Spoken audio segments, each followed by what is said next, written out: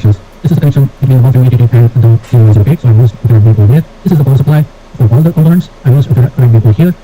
If you see the LAN connector, I use Ethernet cable here. I use Ethernet cable on the power supply. This is the main power supply. So if you connect these Ethernet beads, it should help. I don't know for what extent it will help, but I have installed them just to make sure that there is no other kind of interferences. Now let's talk about the ground connections. I'm giving 12 volts over here, and this buck converter is connecting it to 5 volts. 5 volts are required by the Raspberry Pi, and then there's a series of diodes which convert it to 4.1 to 4.2 volts, which is being given as a power supply to the Baofeng 888. The CM108 gets the power from the Raspberry Pi itself. But there is a particular way in which the ground connections are made. And let me tell you why this is done. This is done to eliminate the ground loops, which will further eliminate any kinds of hum on your transmitted signal. So, if you see closely, the power output of 5 volts, which are mostly the red wires, you can see that only the positive is given to the Raspberry Pi. The negative is not given here. The ground wire is soldered onto this USB. So each component will have its ground wire soldered one-to-one to this point. So for example, the ground wire of the buck converter is connected over here. The ground of the Baofeng is connected over here. The CM108 is already connected, and the ground is connected to the same ground. And also the LEDs, which are here, the indicators, they have their ground connected to the same point. So each component has got its ground connection connected to the same point on the Raspberry Pi. And this is said to eliminate the ground loops and associated hum interference on your signals. So this is how the grounding of the system is done, and it is quite effective. As I said earlier, we are using this buck converter to step down the volts from 12 volts to 5 volts, which is adjustable using this potentiometer over here. Now, that 5 volts is again reduced using a series of diodes. This also I said earlier, and that is done to bring that volts down to about 4.1 to 4.2 volts that this Baofeng uses. You can have a separate buck converter, and you can adjust it to 4.1 to 4.2 volts and provide the power supply to Baofeng. That is also one way of doing it. But these buck converters are noisy, and they can add that interference into this circuit. So it's better to use just one and reduce the voltage this way using a couple of diodes in series. The main thing is that keep this buck converter away from the Baofeng as much as possible in order to reduce any kind of interference. So let's talk about the modification of CM108. This is the most challenging part in this project because you have to deal with SMD components, and for someone like me who has very less experience and who is not so good at soldering, it's quite challenging. But if I've done it, you can do it also. There are a few tips and tricks that I would like to share, which will make your work a little bit easier. So let's talk a little bit about what all is required to be done. So if you see here, this is the allstarsetup.com website, which I'm referring to, which I have referred to make my note. Very well written instructions. Do definitely visit this, read about it, and you will get the confidence to make this node. Very, very well written. And I personally have followed the same instructions. So I'm giving the credit where it's due. Allstarsetup.com. I'm very much thankful to them for their instructions. So referring at one of the photograph shown here, let us talk about the modifications that are necessary to be done. So in this particular way of modifying the CM108, you need to, first of all, remove the mic and the speaker connectors. So if you see, look here, there is the pink one and the green one, which needs to be removed. Then you need to remove a couple of components. So if you see here, this is the R6 resistor and the R7 resistor. These are basically the biasing resistors for the mic connections. So some mics require power supply to be given to them, but in this case we don't require that, so we have to remove these biasing resistors. You have to remove the C2 capacitor over here, and from what I read, this will carry the COS connection, and I think that there is a DC component on the signal that is tapped for the COS. There's a DC component in that, and that is used to detect the COS. And if this capacitor is present, then it will block that. And to remove that DC blocking, we have to remove this capacitor. At least that is what I remember. Maybe I'm wrong. If anyone knows better, then please put it in the comments. I will also learn from that. But basically, the COS signal that we are tapping contains a DC level included in that, and that level is being detected as the COS. And if this capacitor is present, then that DC gets blocked. And so to eliminate that, we remove this capacitor. This is what I understood, but maybe I'm wrong. You can put the correct thing in the description. So okay, so basically we need to remove these two biasing resistors and this capacitor, and then we need to make two connections. This is the COS connection that is from pin 48. That's the last one on this side, and it goes to this particular terminal of the C2. And then this pin number 13 of this IC, it is again at the corner. That is the PTT, which goes and gets soldered over here. And then this is the PTT line which goes to the Baofeng 888 that we saw earlier. This is the RX audio. If you remember from earlier discussion, it gets connected over here from the Baofeng. This is the TX audio of the Baofeng 888. There it was green in color, so it gets attached here. This is the COS cable. In our case, it was orange colored cable. So maybe I can show you my version of it, but this was giving better clarity, so I chose to show that. But here you can see the R6 and the R7 being removed. The C2 capacitor is removed. 48 number pin gets connected here. This is the COS. The 13 number gets connected here. This is the PTT. The PTT from the Baofeng, that was the red in color, gets attached to the same point. This is the green colored wire from the Baofeng, that was the TX audio, gets connected to the speaker terminal on this connector. And then this is the orange wire which came from the backside of the PCB, that is the COS. And then there is this 1K resistor that is added between these two terminals.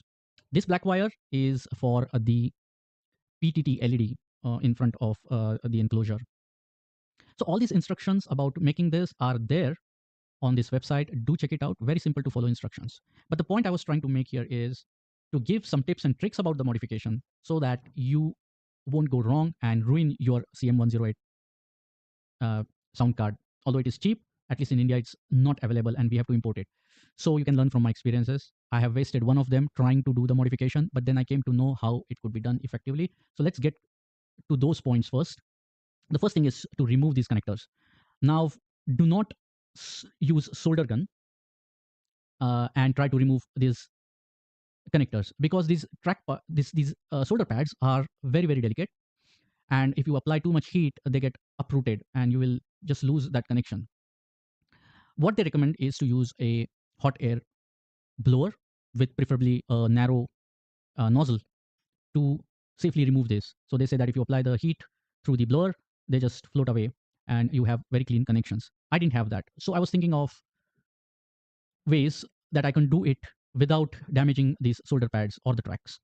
So what I did was I used a Dremel tool with the rotary attachment attached to it, and I just cut this thing in half.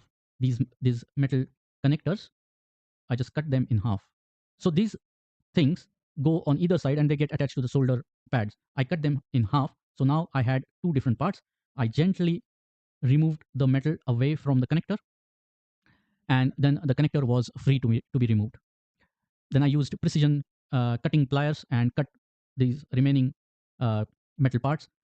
If some of them are left, just leave them. It's no big deal. If you see here, you can see that some of the parts are left.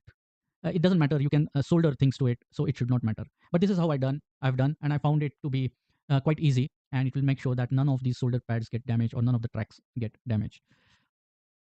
So this was the main point regarding removing these connectors for the further modifications to be made. As far as these R6 and the R7 resistors are concerned, if you apply heat to one end and just lift it, they will float away. No problem at all in removing these two as well as this one. That is not a problem at all. If you see here, the connectors, the pins to which the COS and the PTT lines are connected, they are at the corners. So you have nothing on this side and this side, and you can easily solder them. People think that this is the most difficult part, but I think that removing the connectors is the most difficult part. Here, when you want to solder, use the smallest gauge wire that is possible. Use a magnifier to look before you solder or while you solder, and make sure you use the most thinnest soldering tip onto the solder gun. Do not use any solder metal onto the tip. Just tin these wires, and then using heat, just touch them for a couple of seconds, and that connection should be good. So yeah, definitely follow the procedure that is given on this website. I did the same, but these are few things that I wanted to share about removing the connectors and how to connect these things. The next point is that try to install a cooling fan for the enclosure. And there's a good reason for it. Normally, when we are using a VHF or UHF radio, or any kind of radio really, we receive for most of the time, and the transmission time is less comparative to it. So there is not that much of an heating issue. But here, when you are receiving from the node, from the network, your Baofeng 888 is going to transmit, which you are going to receive on your handheld Baofeng UV5R. So that means that you are receiving for most of the time, and that means that your Baofeng is going to be in transmit. The Baofeng 888, the node radio, is going to be in transmit most of the time. So the transmission duty cycle is quite higher, and it's going to produce some heat. And so it's better to have a cooling fan installed. I'm using this cooling fan. It is a simple USB cooling fan, quite silent, and it circulates air. It is connected to the Raspberry Pi USB port itself. And good thing is that it is not giving any kind of interference. So it is mostly pulling the air inside the enclosure. And I have some of these open spaces. The hot air comes out from the back. So yeah, try to install a cooling fan because your Baofeng 888 is going to be in transmit for most of the time when you are receiving on your Baofeng UV5R. And the last tip that I can give you is that when you want to switch off this node, don't just switch off from the switch. Do what we call as gracefully shut down the Raspberry Pi. This we need to do so that your SD card does not get corrupt. So there are a couple of ways in which you can gracefully shut down the Raspberry Pi. You can find it on the website that I showed earlier, and also on hamvoip.org, that they have given a procedure how to connect a momentary switch to some of the pins. I don't remember exactly which pin, but if you connect a momentary switch to those pins, the software already has got it programmed in it. And if you just hold that momentary switch closed for a few seconds, it is programmed to switch down or shut down gracefully. How I do it is a bit different, and let me quickly find out if I can show you that. If you go to the hamvoip.org, and if you go to the how to section and all star functions, I think it's this one. And if you scroll down, where is it? So by pressing star B1, you can shut down the system. Yeah, here it is. You have to remove this semicolon in the rp2.com file, which is in the etc asterisk folders, and you scroll down to the place. Where did it go? Here you remove the semicolon, and this will activate this command. So B1. So if I press the PTT on my Baofeng UV5R, if I press the PTT and enter star B1 as DTMF command, the system will shut down on its own. It is important to shut down the system gracefully so that none of the things get corrupt. So this is all I wanted to share. Keep this thing in mind when you are making the node. It will eliminate most of your problems. Thank you very much for watching this video, and thank you very much for watching all my other videos. If you have not subscribed to my channel, I request you to please do so, and share this video and give it a thumbs up if you have liked it. Do subscribe. Thank you very much, and until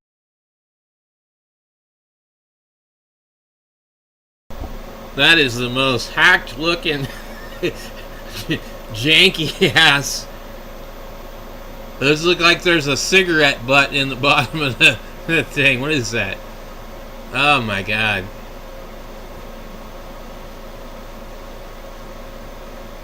I think I made a mistake trying to get involved in the All-Star thing. You can do it a couple ways, but the problem is price of Raspberry Pis is absolutely went nuts.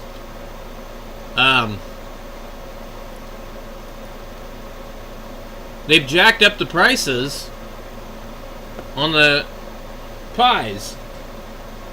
I don't know why. So this is the USB sound card that you got to modify. And I ordered 2 of these for $12. They're usually about $8 for one.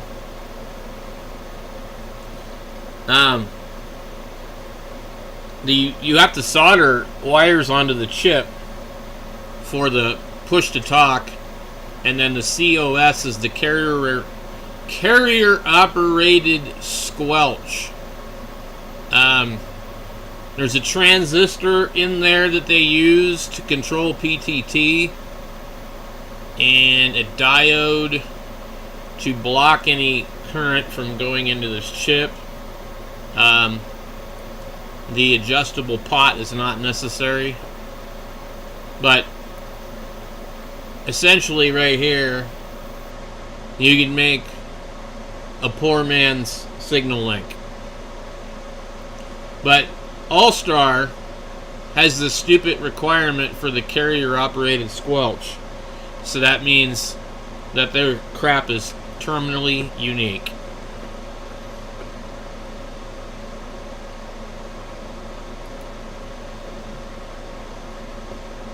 Now, I don't know why everybody wants to remove these connectors off of here. I don't understand why somebody can't just embrace the connector and actually use the connectors with a pair of headphone wires. Why? Why not?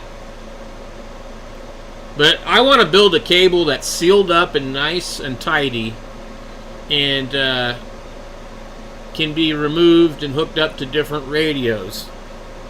But apparently that's not their goal here. So, I don't know. If you follow their tutorial, they use a bunch of the pads on here that they've removed things from. They're doing some other crap to it. And I've already got a different one over here, and I've soldered some wires on it. Let me tell you, it was not easy. And then you need to get 30 gauge wire, which is really, really small. It's smaller than these leads on the diode and resistor.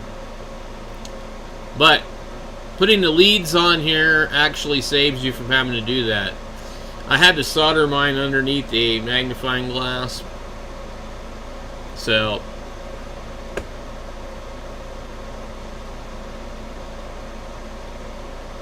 I don't know which radio is going to lend itself the best to doing this. Shit, I might not even do it, you know. But a lot of people are using the Bofang 888. And I've got one laying around somewhere. And so maybe I'll just hack that thing and use it.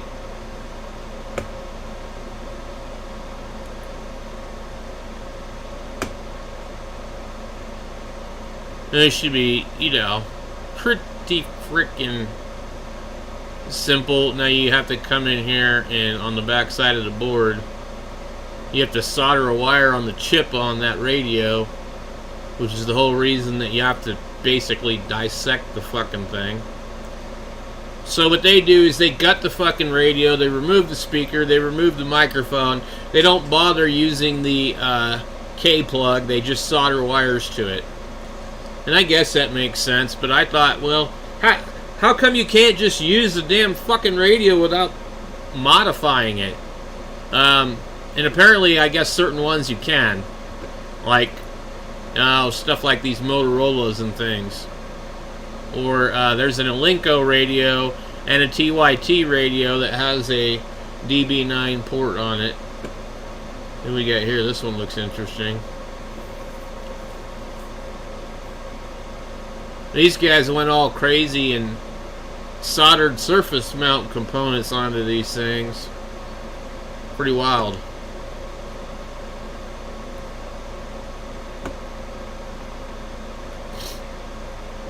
Look, this guy even soldered a surface mount transistor. Now, I don't know if I'm going to do mine that way or not.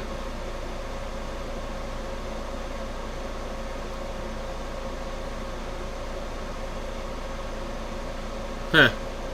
Anyway. And I definitely don't want to run it on a Raspberry Pi because the price of them fucking things that went through the roof.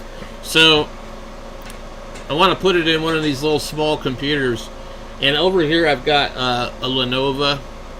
But actually, I don't think I'd probably run this thing all the time. So I'm wondering if maybe I can just run it on a Windows computer. I don't know. Honestly, I think All-Star is kind of a waste of fucking time and money.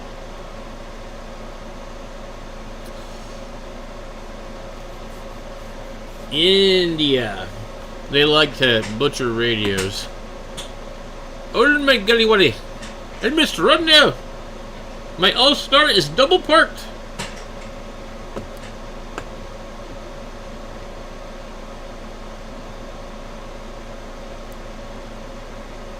What the fuck? Oh, that's interesting. Haha.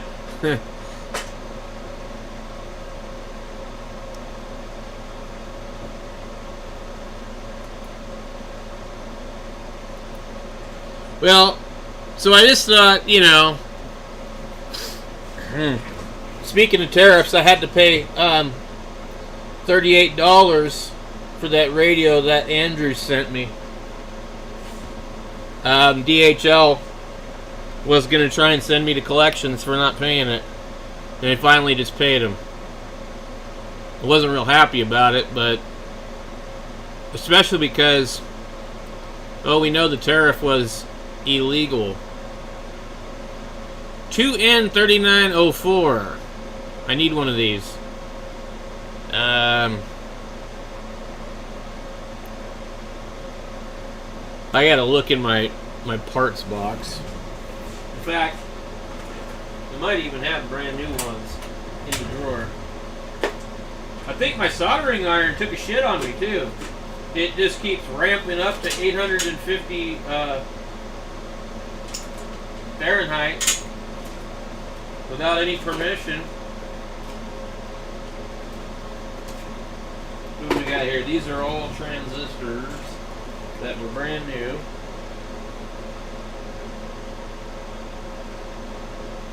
These are 3906.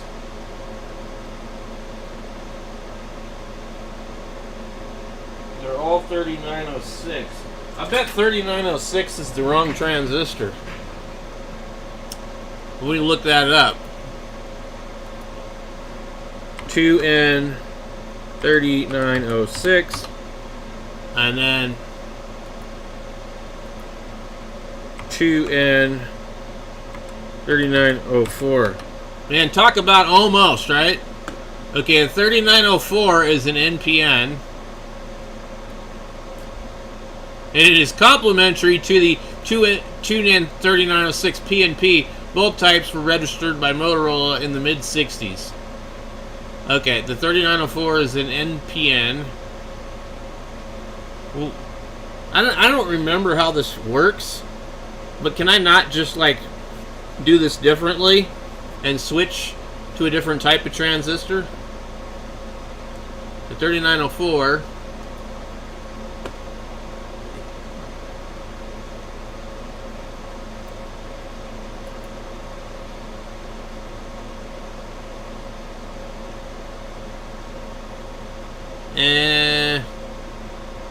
I don't know.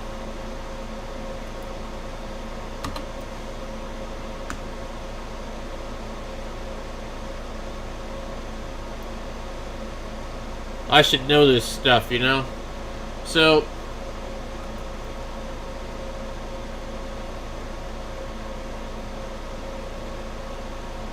let me see. How to sub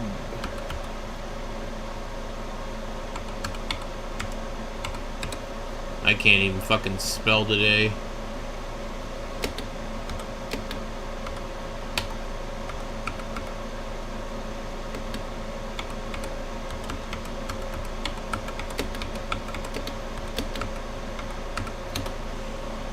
How to substitute. Okay, so that I have the wrong one. I need an NPN, I have a PNP.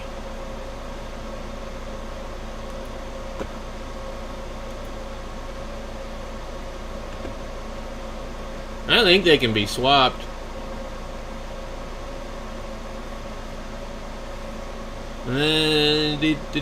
BD13. The short answer, no. You cannot directly swap an NPN and PNP as the current flows in opposite directions. God, why don't I understand this theory anymore? Okay, so the current flows in the opposite direction. Well, you got to explain that to me. Engineer's answer, absolutely we can swap an NPN for a PNP, and vice versa, provided we are free to redesign the circuit. There are several common considerations for each transistor. In theory, in practice, in the real world, the driver constrained. An NPN transistor is easily driven by a microcontroller as they share a common ground. Okay. An NPN.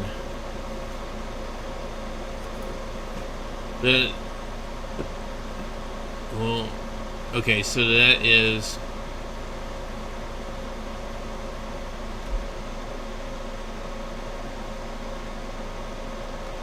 Okay. That is an NPN. Okay, the NPN is easily driven as they share a common ground. Alright.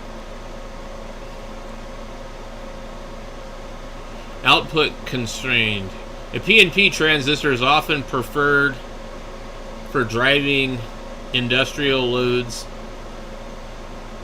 Power supply and general constraint. I don't fucking understand. But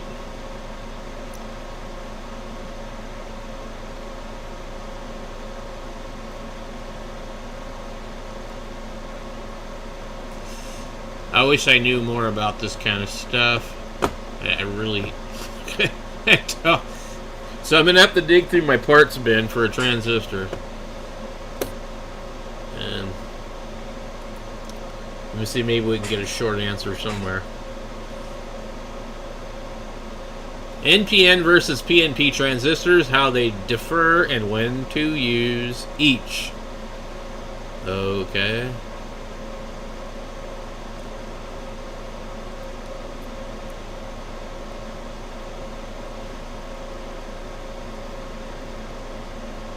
The electron flows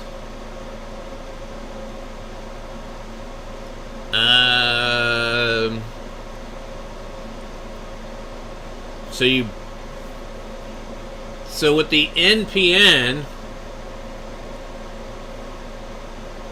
you bias the base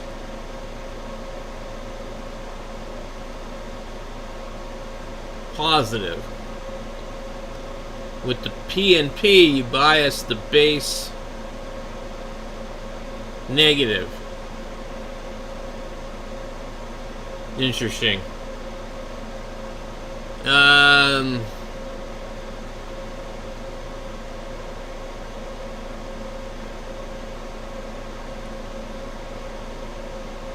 What do I have? I have a 3906. Yeah, I need a 222. A quadruple 2. Okay, but let's see. So if you, is this a video or is this?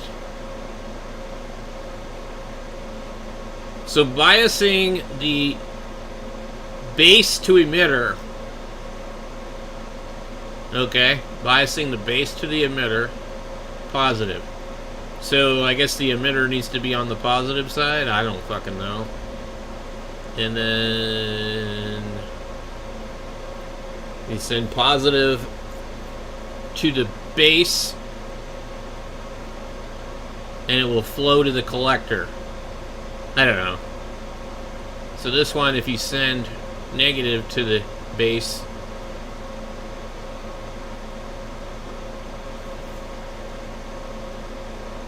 it'll flow from the emitter to the collector.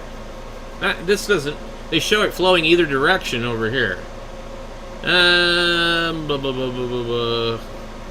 NPN and PNP transistors are complementary BJT bipolar junction transistors. Types that are mirror images of each other in terms of polarity. An NPN transistor turns on when the base is driven higher than the emitter. Let's see. NPN turns on when the base is driven higher than the emitter. Base current flows into the base. What? What fucking bullshit is it? Base current flows into the base. It turns on when the base is driven higher than the emitter. Okay. And then what happens? It farts? It goes poof?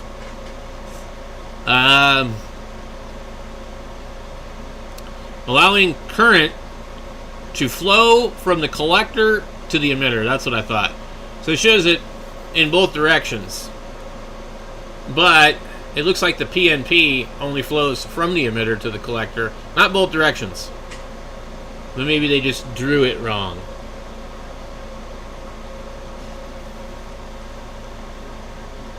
Okay, so allowing current to flow from the collector to the emitter, making it ideal for low side switching where the transistor sits between a load and a ground.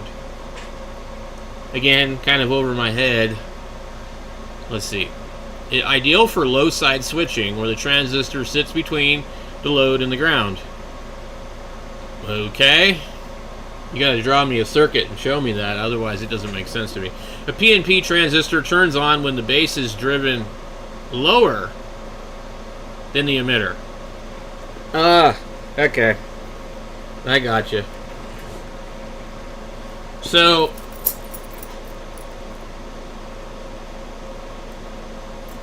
the NPN will turn on as soon as it catches a signal to the base. The PNP will turn on as soon as the signal that goes to the base is reduced. That's right. Okay, I think I remember how this works. Okay, a PNP transistor turns on when the base is driven lower than the emitter. The base current flows out of the base, allowing current to flow from the emitter to the collector, making it natural for high side switching where the transistor sits between the power supply and the load. For high side switching. So you got high and low side switching. I don't fucking know. NPN transistors are used far more commonly because they're easier to drive from ground referenced logic signals. Okay.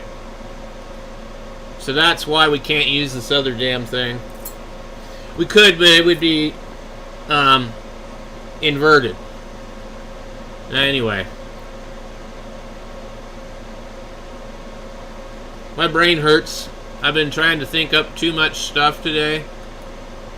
So, we need a 2N3904 or something similar. I need a transistor checker. And I've got lots of junk laying around. I just need a general, like, signal transistor. Man. So, maybe we can find a video to watch on this thing here. But basically, this is what I'm going to be trying to do tomorrow. I'll probably go ahead and remove these things off of this sound card and solder the devices on there like they're talking about. Now, they claim that you can do this without adding this stuff now.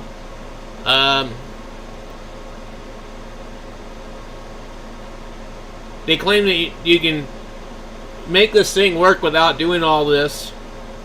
And I'm not sure why that's suddenly different. But this particular website right here, allstarsetup.com, if you go to their homepage, they'll actually show you that that was an old one. Interested in finding out how to make your own All-Star node.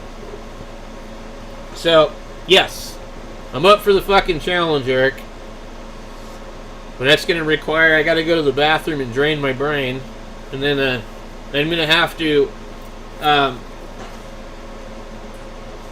dig through the parts box. I got some of the very fine 30 gauge wire from my neighbor down the road. So I didn't have to order that because that would have been like $8. But what I have found is I think you can get away with not using that really fine wire if you solder the resistor and the diode directly to the chip. But the reason that we're soldering the wires to the chip is because the chip has GPIO pins that aren't used natively on a USB sound card.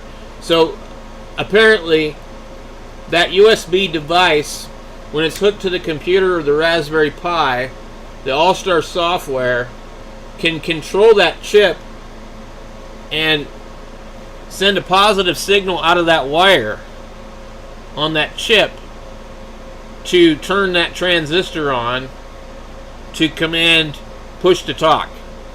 So it's basically a poor man's signal link. So a signal link is a sound card chip on a board and some jumpers to configure different types of radios, but signal link is just a very customized sound card with PTT function. So now the thing that the signal link can't do that this thing does is it uses the carrier operated squelch, which is something that I guess All-Star really needs.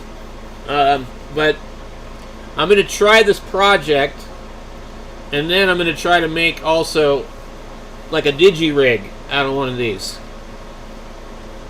So one of the things I think the digi-rig does, though, that this can't do, is the digi-rig has another port on it for serial control, or otherwise I think cat control. But those digi-rigs are just basically cheap-ass USB sound cards with another little piece. And I don't think they should cost nearly what they cost. Okay, so this website is brought to you by Dr. Scott Nemo, DU9 G6 OJB. So let's look up his QRZ page. Okay. And G6 OJB in England. And here's his picture of his stuff. Oh shit, what was the Freestar crap? I forgot about that. I am currently operating an All-Star analog simplex gateway for my QTH in Devato City. It is currently linked to the Freestar network. Freestar. I completely forgot about this one. Freestar is a whole nother fucking one. You have Freestar. I think Andrews was talking about this one day. Freestar. Yeah. Boy, oh boy. I don't need to go down another fucking rabbit hole, but here we are. Freestar. Gateways on the air. Goda. How do you like that, Eric? Hey, where's the drunks on the air? Okay. So, to connect to Freestar network, there are a number of ways. Our primary route is via the All-Star system node. Alternatively, you can use node number Hertz hub. Okay. We have ways through Echolink, DMR, D-Star, Fusion, WiresX, NextGen, P25, M17, Zello, and Freestar everywhere. Click here to connect. Don't do it. Connect.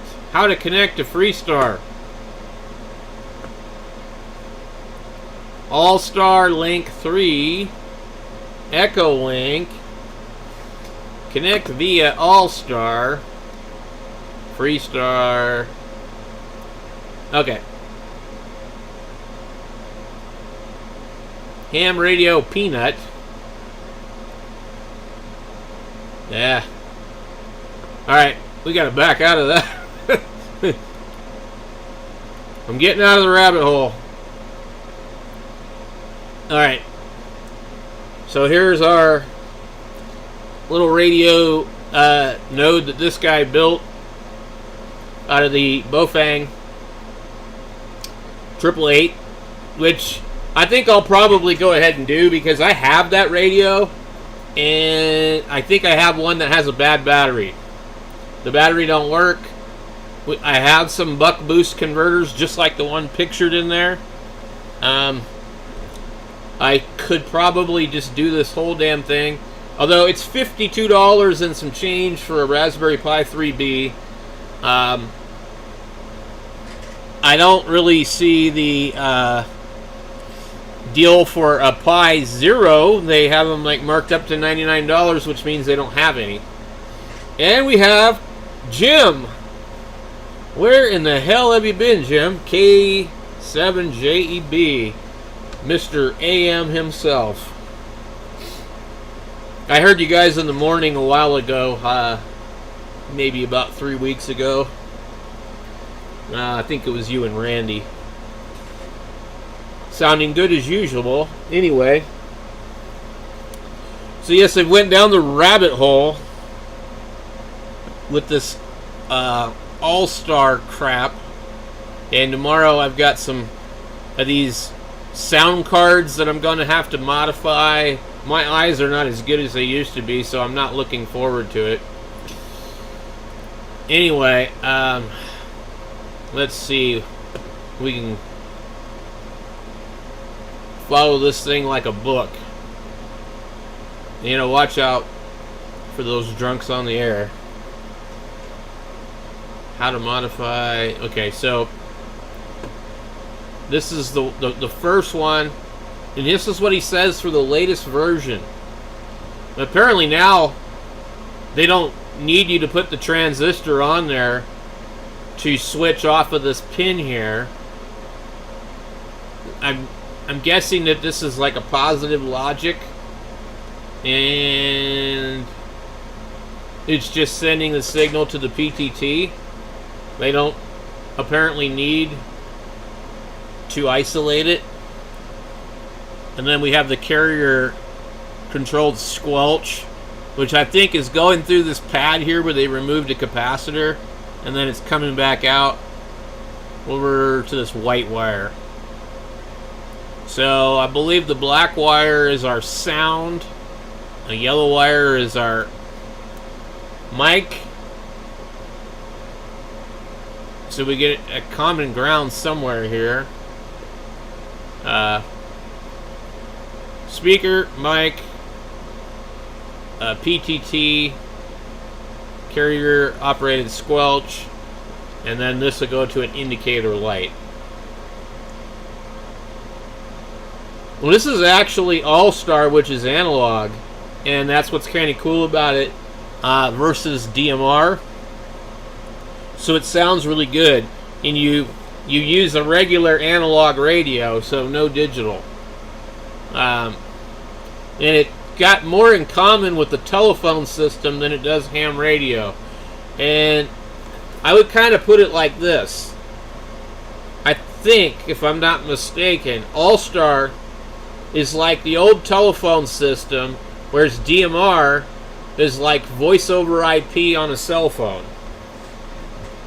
So this is kind of more like analog telephone, and you use DTMF tones to operate it. So let's see what they were saying about why that they took away the transistor.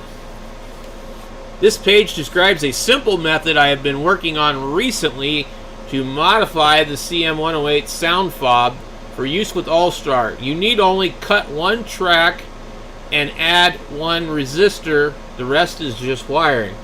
The latest modification is indeed simple compared to my previous legacy modification designs, which you can view in this link. And that's the one I was showing earlier, where they have the transistor that I was just looking in my parts bin to see if I had, which I have the 2N3906, and they need the 2N3904. I have the matching transistor, so that's not going to do any good. But anyway, this apparently they say you don't need to do that no more. You can just do that. So let's see You may wonder how the simple modification I'm going to describe might work without the added transistor and the other components on my legacy designs. The answer is that this simple fob modification will work well provided you go to the simple USB tune menu in ham voice over IP using PuTTY or similar and toggle items I, or is it 1, the PTT mode to active high. Okay.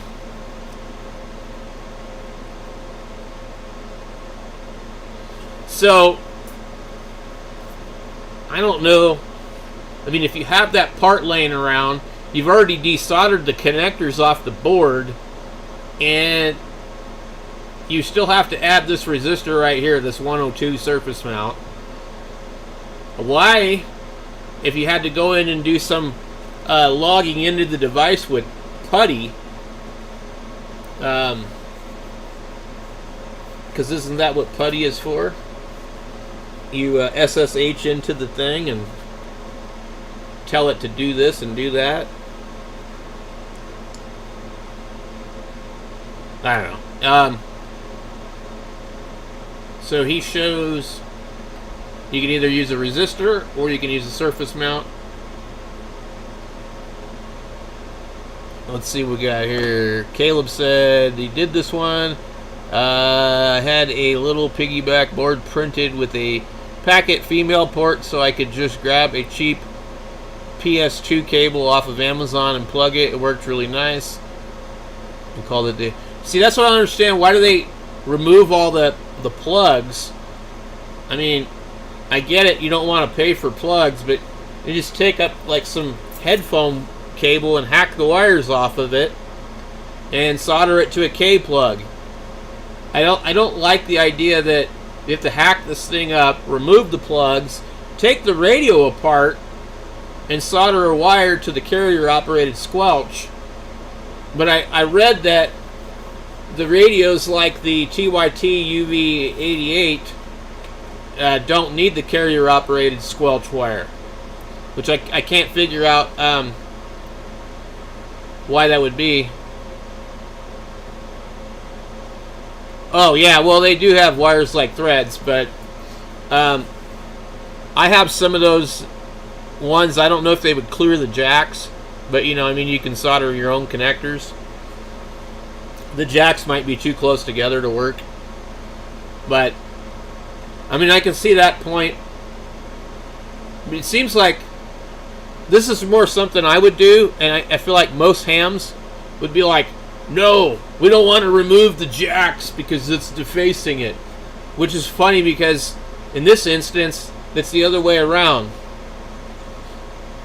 But, I don't know. And also, some of these ones, I was looking at some of them, they're covered in epoxy. I've got a Sabrent one over here. It's real similar. And I'm not sure if I'm going to be able to use it, but I have 2 of these coming tomorrow. So tomorrow, I got from my neighbor some of the wire. But I think he's removed the transistor, and I don't know if that's a good idea or not. So I may go with something else. Also, there's no longer a diode on here blocking it from current.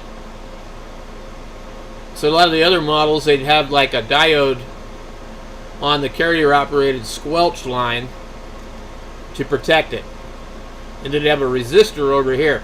It's got none of that here. But it doesn't really go into detail to where like I can figure out what he wants to do next after that, or what radio he thinks will work well with that. So let's see, we have he modifies the Bofang 888, which I know I have one laying somewhere with a bad battery. I bought a pair of these for my kids and they never really ended up using them. And then I had one I found at Goodwill, and I found one at the junkyard. It was laying on the ground. I don't know if it was like somebody dropped it there, or it was in one of the vehicles, or what.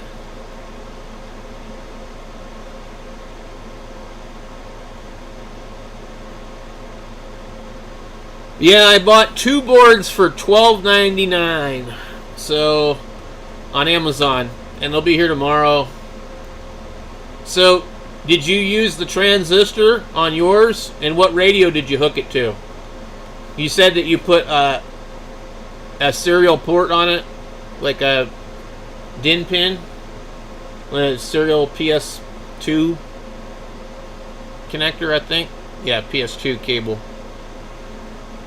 I used to go to the thrift store and look for those, because they used to be easy to find the PS2 cables, because you used to be able to get cable extensions for mice and keyboards, and I would find them every once in a while at Goodwill for like $1.99. You get the whole cable, and you could, you know, cut the end off of one end. I used them for all my Yaesus to build cables for the Signal Link. So let's see what he's talking about doing to this thing. Take it apart. Remove this. Remove this.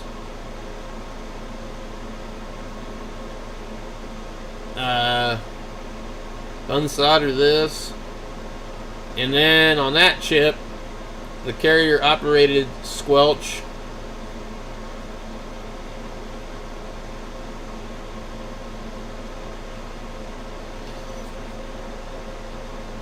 Yeah, the 8900, 880. Let's see. Oh, it has a packet port. You know, I just realized I have ICOM 706. And it has that little thing on the back. I also have the 857 Yaesu. But I don't think I would want to use either one of those radios for this purpose. I want to use a junk radio for this.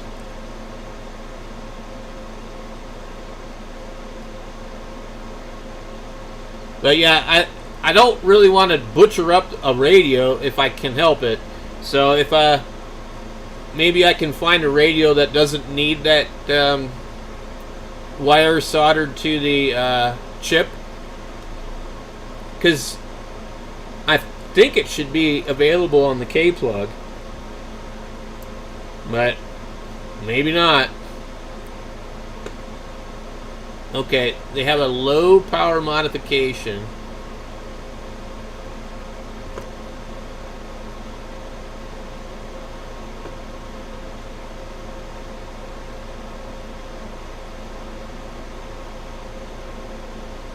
Yeah, okay. So, and also with that port, you don't have to worry about the volume control screwing with anything, because it's at fixed level.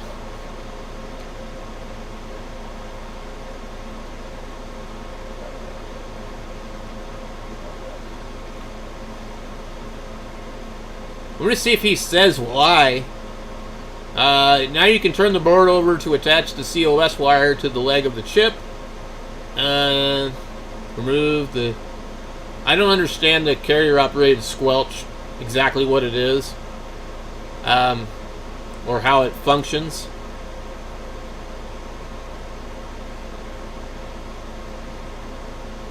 Does the FT450 have that plug on the back?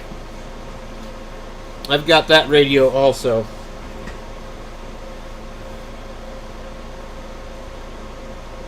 See, I want to make... out of that USB thing, I want to make it to where it'll work on all my radios.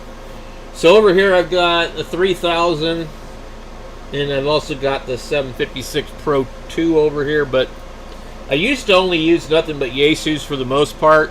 So like my Signal Link is all set up to run all my Yaesus, and I use that DIN pin plug, but there's a couple of other connections, like a 6 and an 8 pin that Yaesu likes to use. One's data, and then the other one is something else. What's going on, Clint? Clint, you've got a new name again. Wait, or do you? Yeah. Clint is always changing his name. So, I'm trying to figure out this carrier-operated squelch thing because I want to avoid that, like, altogether.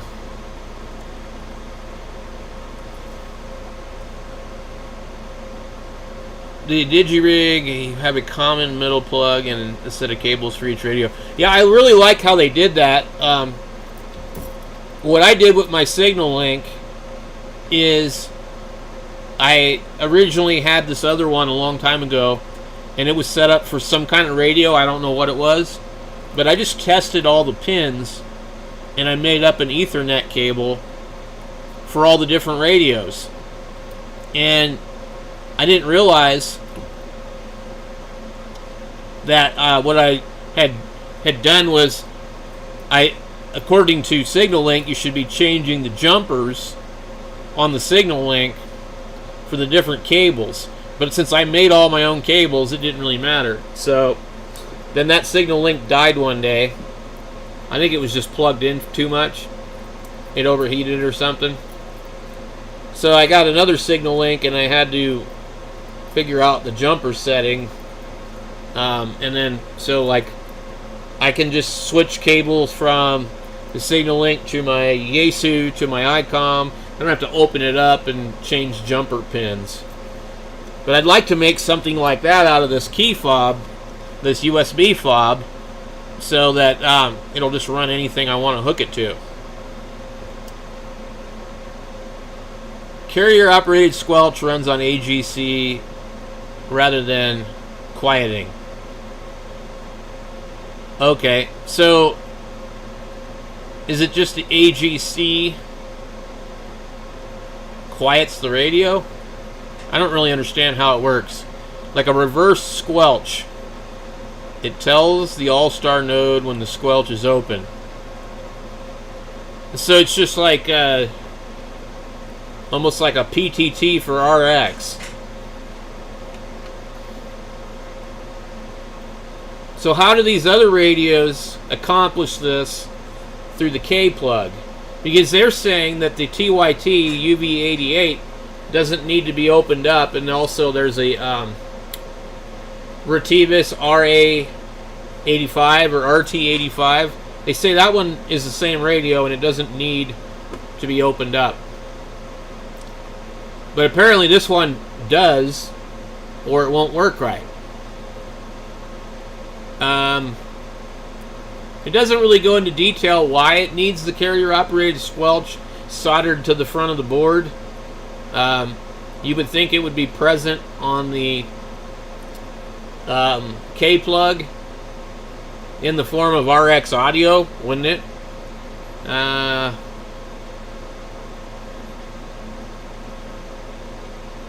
Okay, so this looks like a link to run you in circles on his page.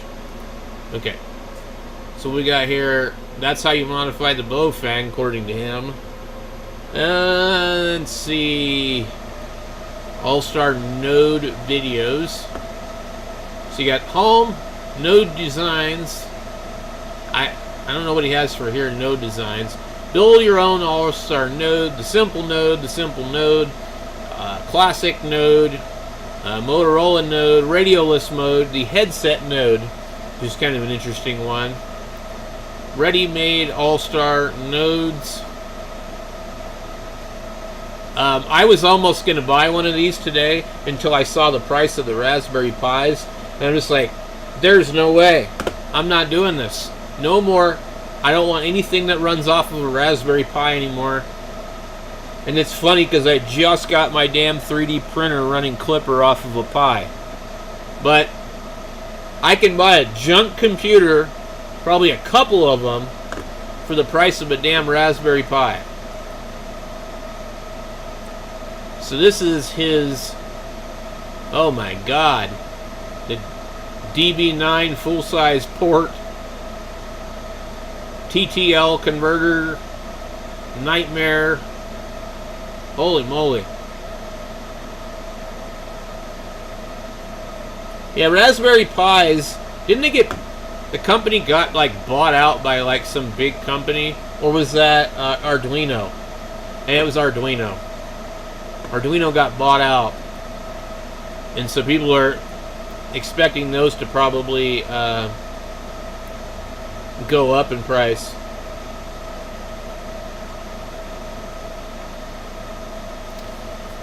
All-Star Node number 2. Well, we have that repeater builder breakout board, which is actually really cool, but I don't know if you can get these anymore. So that's the sound chip right there. No soldering pins to anything, because it all is pretty much regular discrete components. The ARA1 version. And let's see, the classic mini node. That's like the one that they were showing earlier. Let's see. Motorola. Something I can't afford. Boy, there's some ugly ass radios. It looks like a car from the 90s. Bathtub shape. It looks like a rib cable. Yeah. COS invert. Carrier operated squelch.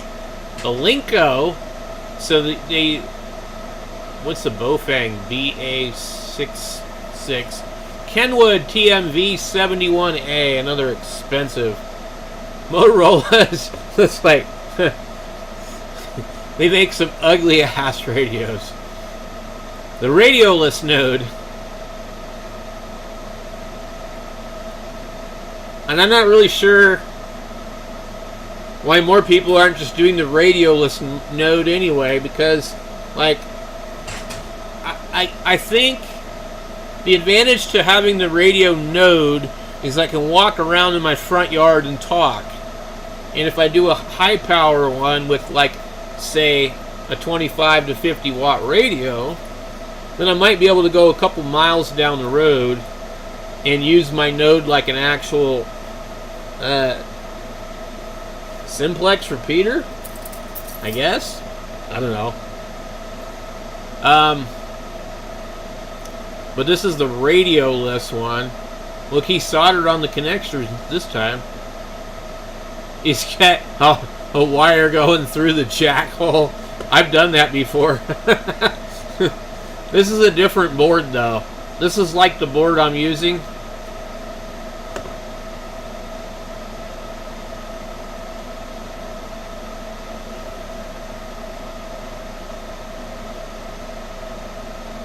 Yeah, there's not a lot of choices for the Pi hats. That's the problem. And it's $70-something for the cheapest one right now that I was able to find.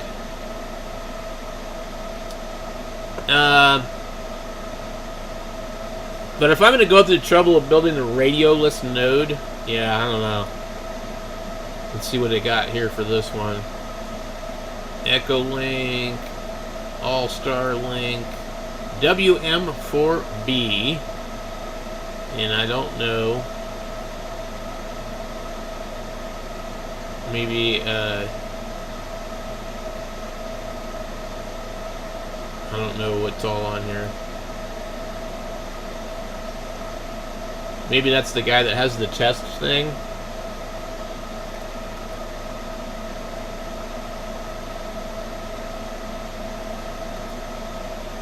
Where'd it go? Where'd it go?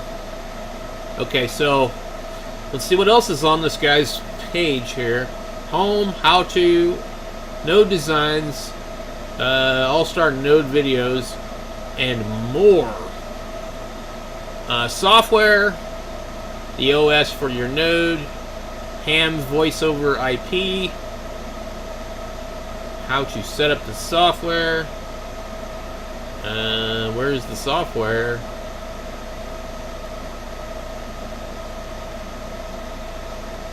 I need to probably find that and download it. You can download the latest image from here, which is, let me see, okay, I need to bookmark this. I think I'm going to go with the ham voice over IP rather than the ALS3 or whatever it is called. Has this not been updated since 2022? That might be a problem. Does look that way, doesn't it? Yeah. Alright. I'm going to have to back out of that. That might actually be somebody else's hosting of this site. Let me see, what do we have? Latest news.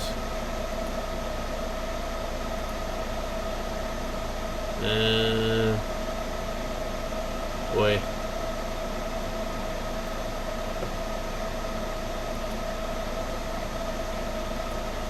This doesn't seem to be working.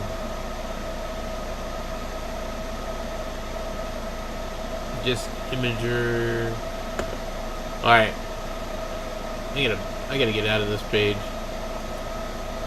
Something's not right about it. Alright.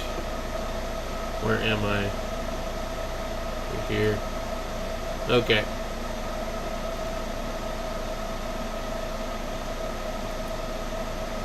Server not found.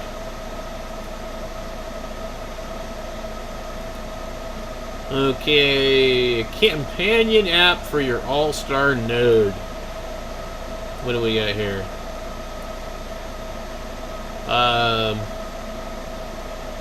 Is this DV switch? It looks like it. Oh, look at the little bung thing. Node remote app in action.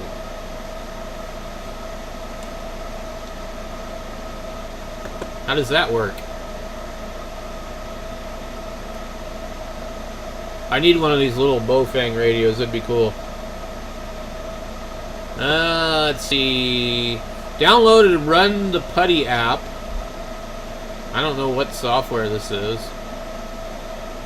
It looks like DV switch to me, but it doesn't say.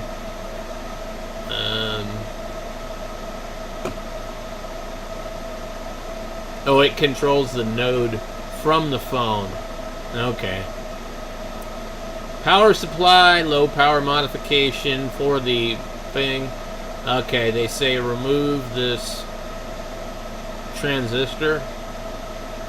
And you can have a low power 888. Put a capacitor across. And you are now in QRP, QRPP mode. Which, since this thing is transmitting a lot to the receiving radio, I guess it would make sense. Okay, what else do we got? How to add an indicator light. Wiring the DB25 to Bofang. Let's see what we got here there. I do not like the DB25, DB9, or any of them damn things. Where to buy a ready-made All-Star node. Okay. Node directory.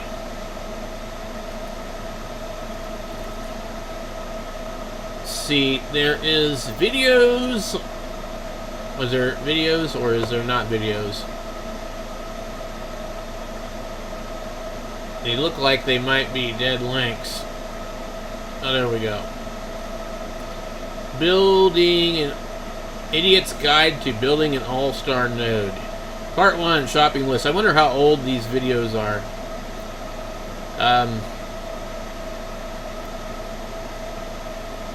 I suspect they might be kind of old. So anyway, let's go over to Amazon. And, if we look up this one, I was going to buy it. I actually ordered it and canceled it. It's the This one right here, $69, and I just don't like that it can only be used with a Raspberry Pi. They say it will not run with anything else. So I just decided, screw that. I don't want to be stuck with something that needs a $50 Pi 3B. And I looked on Amazon and I saw that the Pi Zero 2W or Zero, just the regular Zero, was with a case and a power supply was $99. I have no idea why. So we have this one here. They have this one for $66, and then I think there's this one which is slightly different but similar, or maybe exactly the same. I don't know. I think that's a lot of money for this thing when I could take a $20 radio and an $8 USB and make it work. Because you still need a Pi either way. But at least the other way I can use a regular computer. Now this one here, I don't know if this one will work on a regular computer, but let's look up the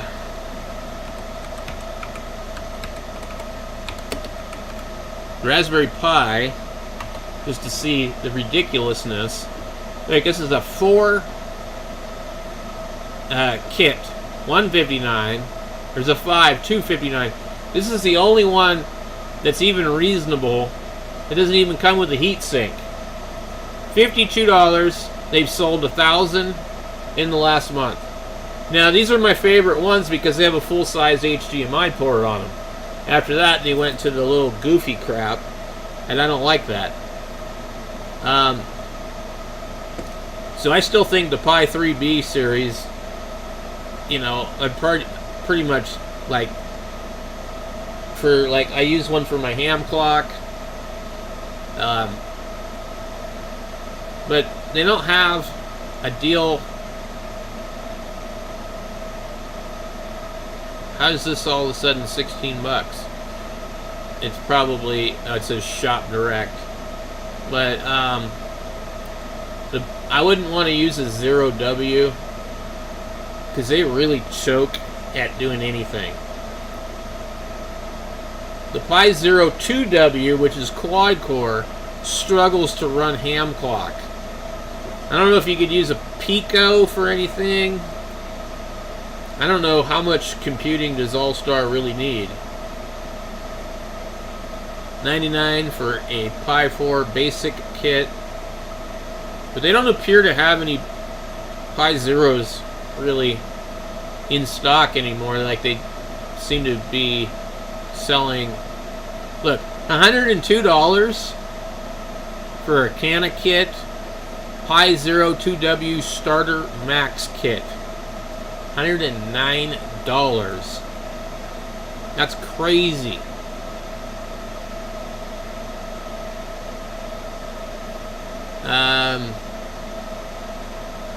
$123. $120. That one doesn't say how much it is. $54. $189. A Pi Zero 2W. $100. Starter kit with official case. Like, I mean, the case and the power supply, I don't even see I could be more than $20. I remember buying them where you got like, for like $14, you got the HDMI adapter, the USB adapter, the header pins, and this little case for like $17. And at that time, I think the Pi Zero 2W at most was like $30. So even still, you'd have been like $60 if they were both $30. How the hell is it $99?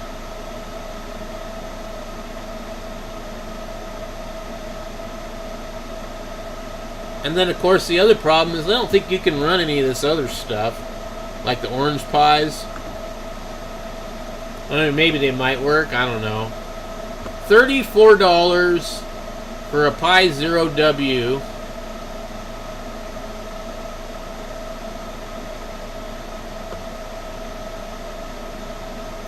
It does not have a price here.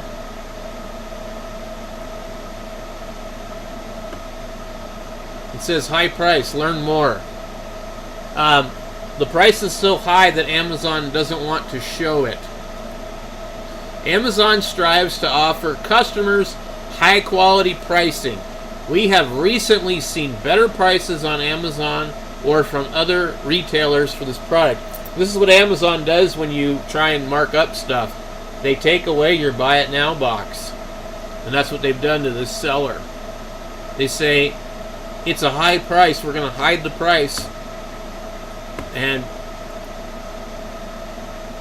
$76, $79, that's too much money for that. That's crazy. They're trying to gouge everybody.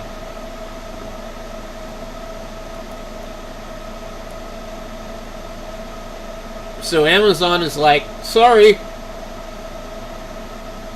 you're not going to be selling that for $79. And eventually, they'll just take it off of there.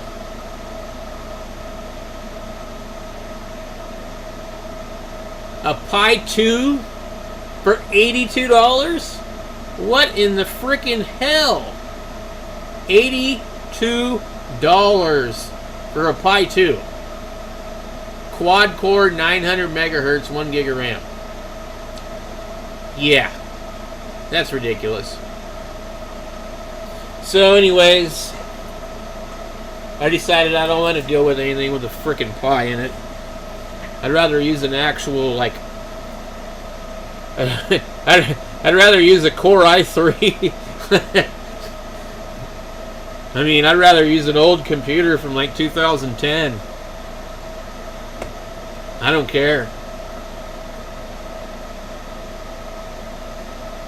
Especially for an all-star node, like I could use a full-size computer and put the damn radio inside the computer case so that it'd be fan-cooled, you know? I've got a couple of towers that are fairly small, but they got enough room, I could put a radio inside of there. Put the radio inside the computer. In fact, I could use a SATA cable to probably power the damn radio. Or maybe even get like the UV5R. There's a $16 UV5R with a USB battery pack. I could just plug a USB into the battery pack and have the computer completely charging that thing all the time. So I'll just get like an LG A1150 with like a i5 4th gen, you know, inside of a case, and run it off of that. Run Linux. I mean, I don't need a $52 Pi 3B to run the damn thing. But they went nuts with this stuff. It's too much money. Now let's see if I can find that one radio they were talking about, the TYT UV88, I think. They say this one here, this one in the Retevis RT85, they say it doesn't need the COS. I don't know why it wouldn't need it.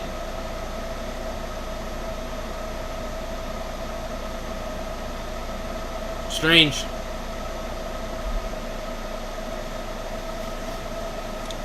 Let's see if we can find some more information.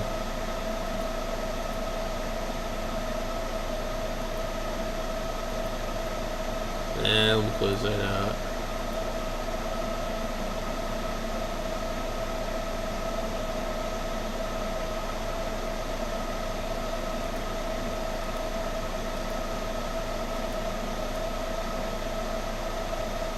So TYT, here's another thing too that they like to do. The TYT 9000, which is a clone of the Alinco DR138 or 135. I can't remember which one. So you need this thing, and you need this plug, and it's all right there to add the DB9 port to that radio. I don't know if that would really be worth dealing with all that, but so you got on this radio ground, TX audio, COS, RX audio, PTT, and 5 volts. It says COS, core detect. So, I don't know, maybe I should be trying to figure out why the TYT would work, the other one. Let's go see if we can. TYT UV88 All-Star. I spelled it wrong. See if they give any interesting information on that.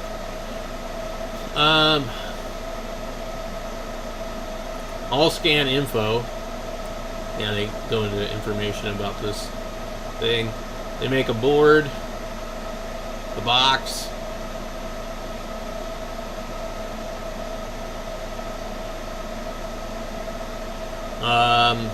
Simplex node radio module.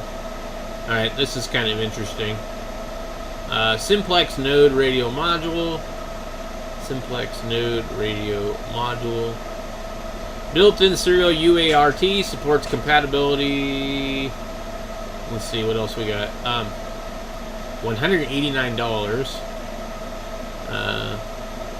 I don't know what these different ones. But without the extruded aluminum enclosure. Okay. Clear acrylic adapter plate makes it easy to mount the Pi 3B. Will enhance the overall appearance. Simplex node. And so apparently this board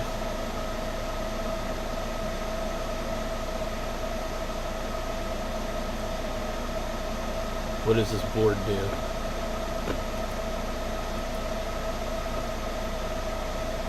So according to them, that this will work without opening up the radio. You don't need to do a COS wire. So why is that? I mean, I'll buy 2 of these radios for $30, I guess. You know, I could do that.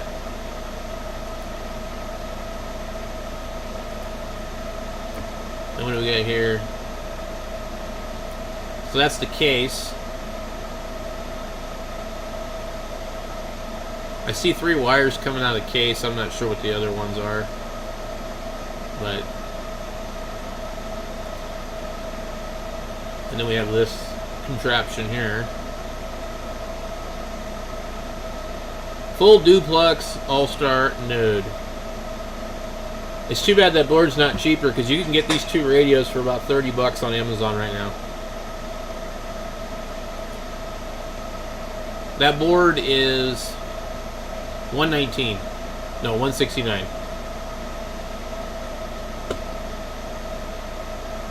So where's the cheapest deal here? Okay, so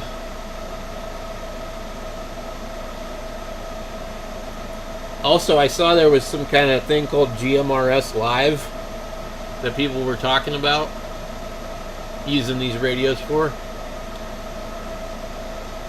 The next project I'm doing is a dual radio All-Star Echo Link node. I'm planning on using the 2 RT85s. I realize they're clones. The plus to the UV88 is that there is a battery eliminator for it. Using the same battery eliminator for the RT85 is hit or miss. Plus, the RT85 is it's cheaper when you buy a pair. The question for those who use both, which radio is better?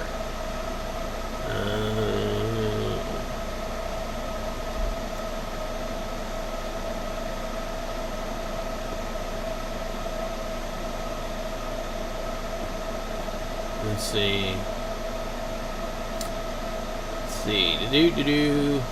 Nobody really answered his question. Interesting.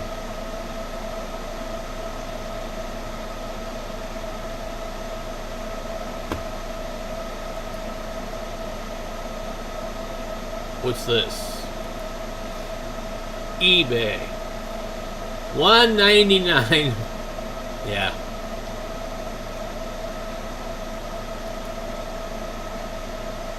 What we got here? They're talking about using... What are they talking about using here? Why is this page not showing up correctly?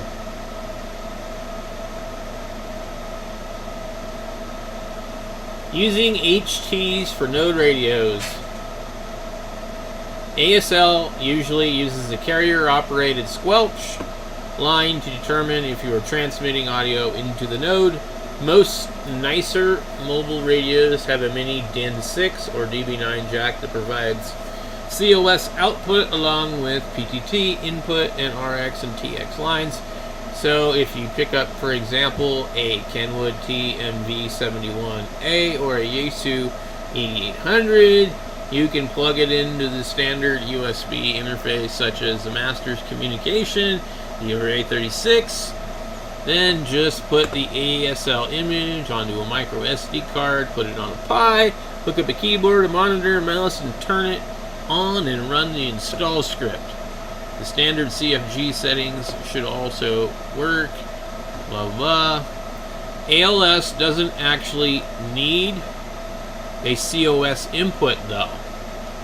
It comes with a USB radio driver that will detect the presence of RX audio automatically and does so very reliably. This is simple to enable. Just uncomment out the USB radio line in rpt.config and comment out the simple USB line. And then in the USB radio I said config, CONF, set the carrier from to Vox. Then adjust your radio's audio level reasonably close to where it should be, and you should be all set. Fortunately, that is not the case. Wait. I had initially thought the USB radio carrier from Vox might work more like a typical Vox circuit, which have an somewhat high activation threshold. I can't read this, so it's like... but fortunately that is not the case, and ASL's USB radio does exactly what it should. But I must have missed something here. I'm reading this and it's not making sense. But using HTs for nodes, okay, it goes into a bunch of shit about this and that. ASL doesn't actually need COS input, and then it tells you to do this stuff. I initially thought that the USB radio carrier from equals Vox might work more like a typical Vox circuit, which have a somewhat high activation threshold and may look for voice versus noise. But fortunately, that is not the case, and ASL's USB radio does exactly what it should. Reliably detects the presence of any signal on the RX audio line, even if you're not talking, but are keyed up, and there's just 1 millivolt of background room noise. It detects it very well. Thus, the USB radio driver is a subtle secret of ASL. I don't even know what the fuck am I... Oh my god, my eyes are hurting. Okay. I never suspected it would work so well, and as an experiment, I've actually built a high-precision COS detector op-amp circuit, but it turns out that the circuit is totally unnecessary. This is great news for anyone who is thinking of putting together a node using an HT as the node radio, but who thought the lack of COS line might be an issue, or wasn't sure how to do it. So I'm kind of curious at this point if I can't just take a damn K-plug and hack the ends off of that fucker and solder it to the USB card and set up this crap and just see if it works. The only thing I would need would be that wire for the PTT, which would be on the end of the K-plug anyway. I mean, that actually might work. No transistor, no resistors, no nothing. And if you have the right HT, there should be a microphone adjustment in the radio. Now, you'd fiddle around. I think maybe the microphone. Let's see. So when the K plug is plugged in, the speaker and the microphone are disengaged, but the volume control still works. So you can adjust the line level based on the volume control, and then if you need to, you could add a resistor to the microphone side of things. So let me see what he's talking about here, because I really don't want to butcher up a radio, and I'd like to experiment with. I mean, God knows how many HTs, like tons. In fact, I've got some Kenwood HTs over here that I probably could use. I've got some commercial Kenwoods, and one of them needs a battery, but I can just run it off of whatever. A TK2300. Now these are basically commercial radios with a K plug. I got a TK2200, which is only a two-channel radio. That would make a really good node, I would think. I mean, I don't know. It's just sitting here doing nothing. So let's see what else is he talking about?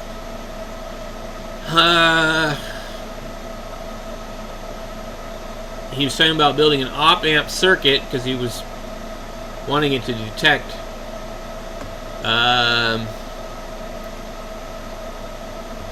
He said putting together a node using an HT as a node. We thought the lack of the COS line might be an issue or wasn't sure how to do it. The first node I built used a Yaesu FT530 for the node radio. Boy, that must be a really old one. And these work well as full duplex radios. Their built-in speaker does not significantly couple into the built-in mic, and there's no echoing or feedback. A proper full duplex implementation would be expecting for something like a high-quality speakerphone with DSP echo cancellation and proper acoustics. What in the hell is this word salad? But I was surprised to see that this level of quality from a 30-year-old HT. Unfortunately, the radio manufacturer later gave up full duplex support, only to replace it with user-friendly low bitrate digital modes. Fortunately, the old radios continue to work just fine, are cheap and easy to find. An FT530 Okay, let's just take a break here for a second and see what that actually looks like. I'm picturing a late 80s radio. I'm rig expert. Rig. It is. I've got a radio even older than that. I have an FT470 over here right now. This is a little bit newer than that. Let's see. This radio. Honestly, I'd rock a radio like this just for the hell of it. Let's see what year. Does it say what year? 1993. 92. It just says the price in 93. So this is about 1992 radio. Definitely, I would rock that thing. I don't talk on repeaters anyways, but I mean that would work on a repeater. That's just such a cool radio. I don't like these tiny little radios anymore. That's why I bought a couple of those big chunky Baofangs. Okay, let's get back over to where we were at. How to build a quality. Okay. When was this written, I wonder? So you're talking about 30 years ago.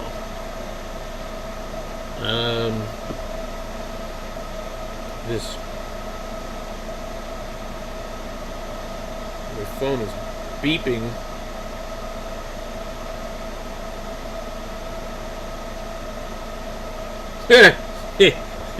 What does this say?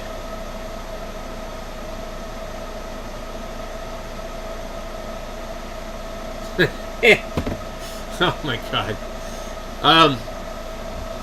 So anyways, the 30-year-old HT, which is really probably more like 40 years old now?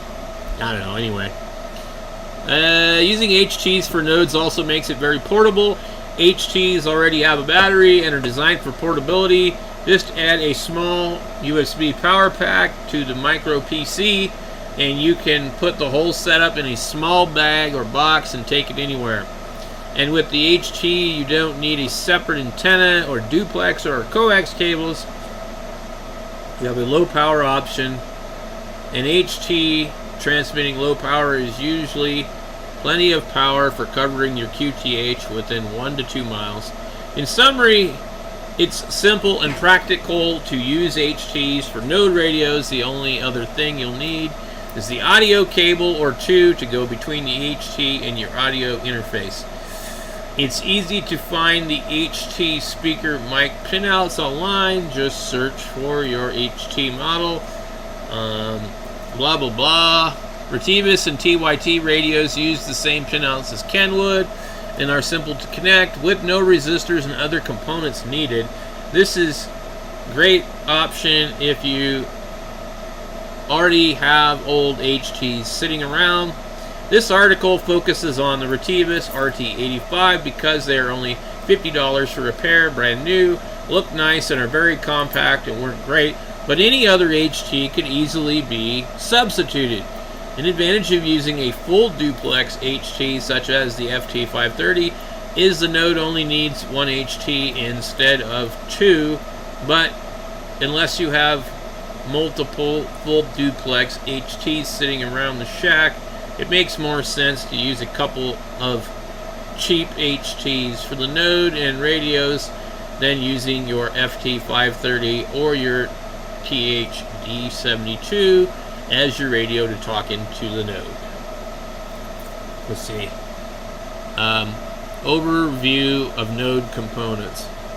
So, a computing device, this can be a Raspberry Pi, any Intel AMD PC, mini, micro, thin client PC, or a cloud Linux server such as a Linode.com VM. In the case of the cloud server, you can use RTCM interface, which plugs into any router. I've never heard of that, but anyway.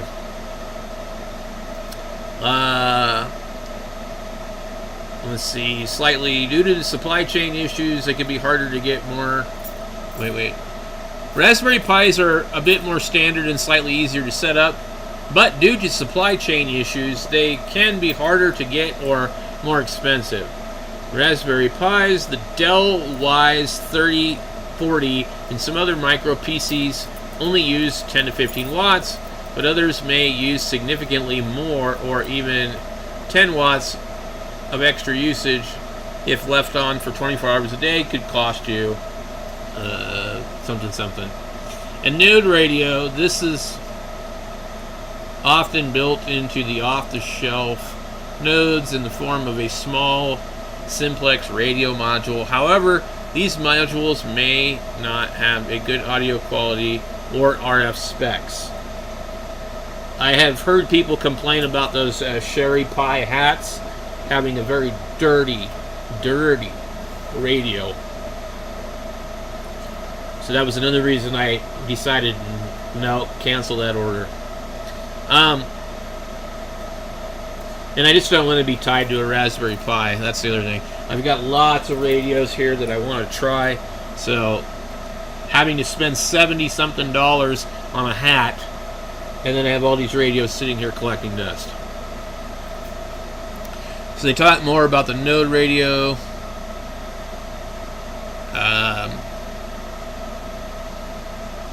Some Node manufacturers take audio quality more seriously than others. Unfortunately, none of them provide detailed specifications. The only time I would get a Node with a built-in radio module is if you need the Node to be as compact and portable as possible. If you would often be taking on trips or blah blah blah. Let's see. Last, some of the radio is needed to talk to the Node. It could be an HT, a mobile rig, base rig. In the case of the Crossband full duplex radio, you would have the Node. I'm not going to get on this. There are also radio-less nodes which just have a speaker and a mic. In that case, you don't need a radio at all, but then wouldn't have the flexibility of walking around your yard or neighborhood with an HT. You can also use a voice over IP phone as a radioless node by setting it up with Cloud VM running ASL. Yeah, I remember hearing about that. Or you can use smartphone apps such as DV Switch Mobile or Droidstar to connect your ASL cloud server on IAX. Now, I don't know what that would entail, a cloud server. Let's see. I also often use my Node with the voice over IP desk phone. It's like the ham phone or something.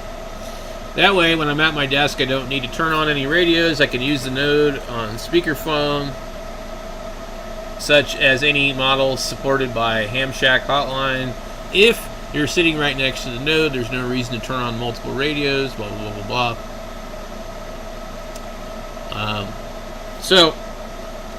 This deal here gives me some hope that maybe that this might be doable. Let me pull up something else.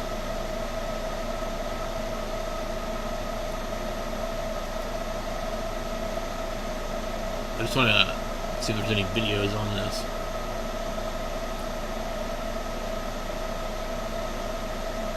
What do we have? All-Star mode. I gotta go inside the house and get something to drink. My throat is hurting. I'm gonna play this video. I think this is probably...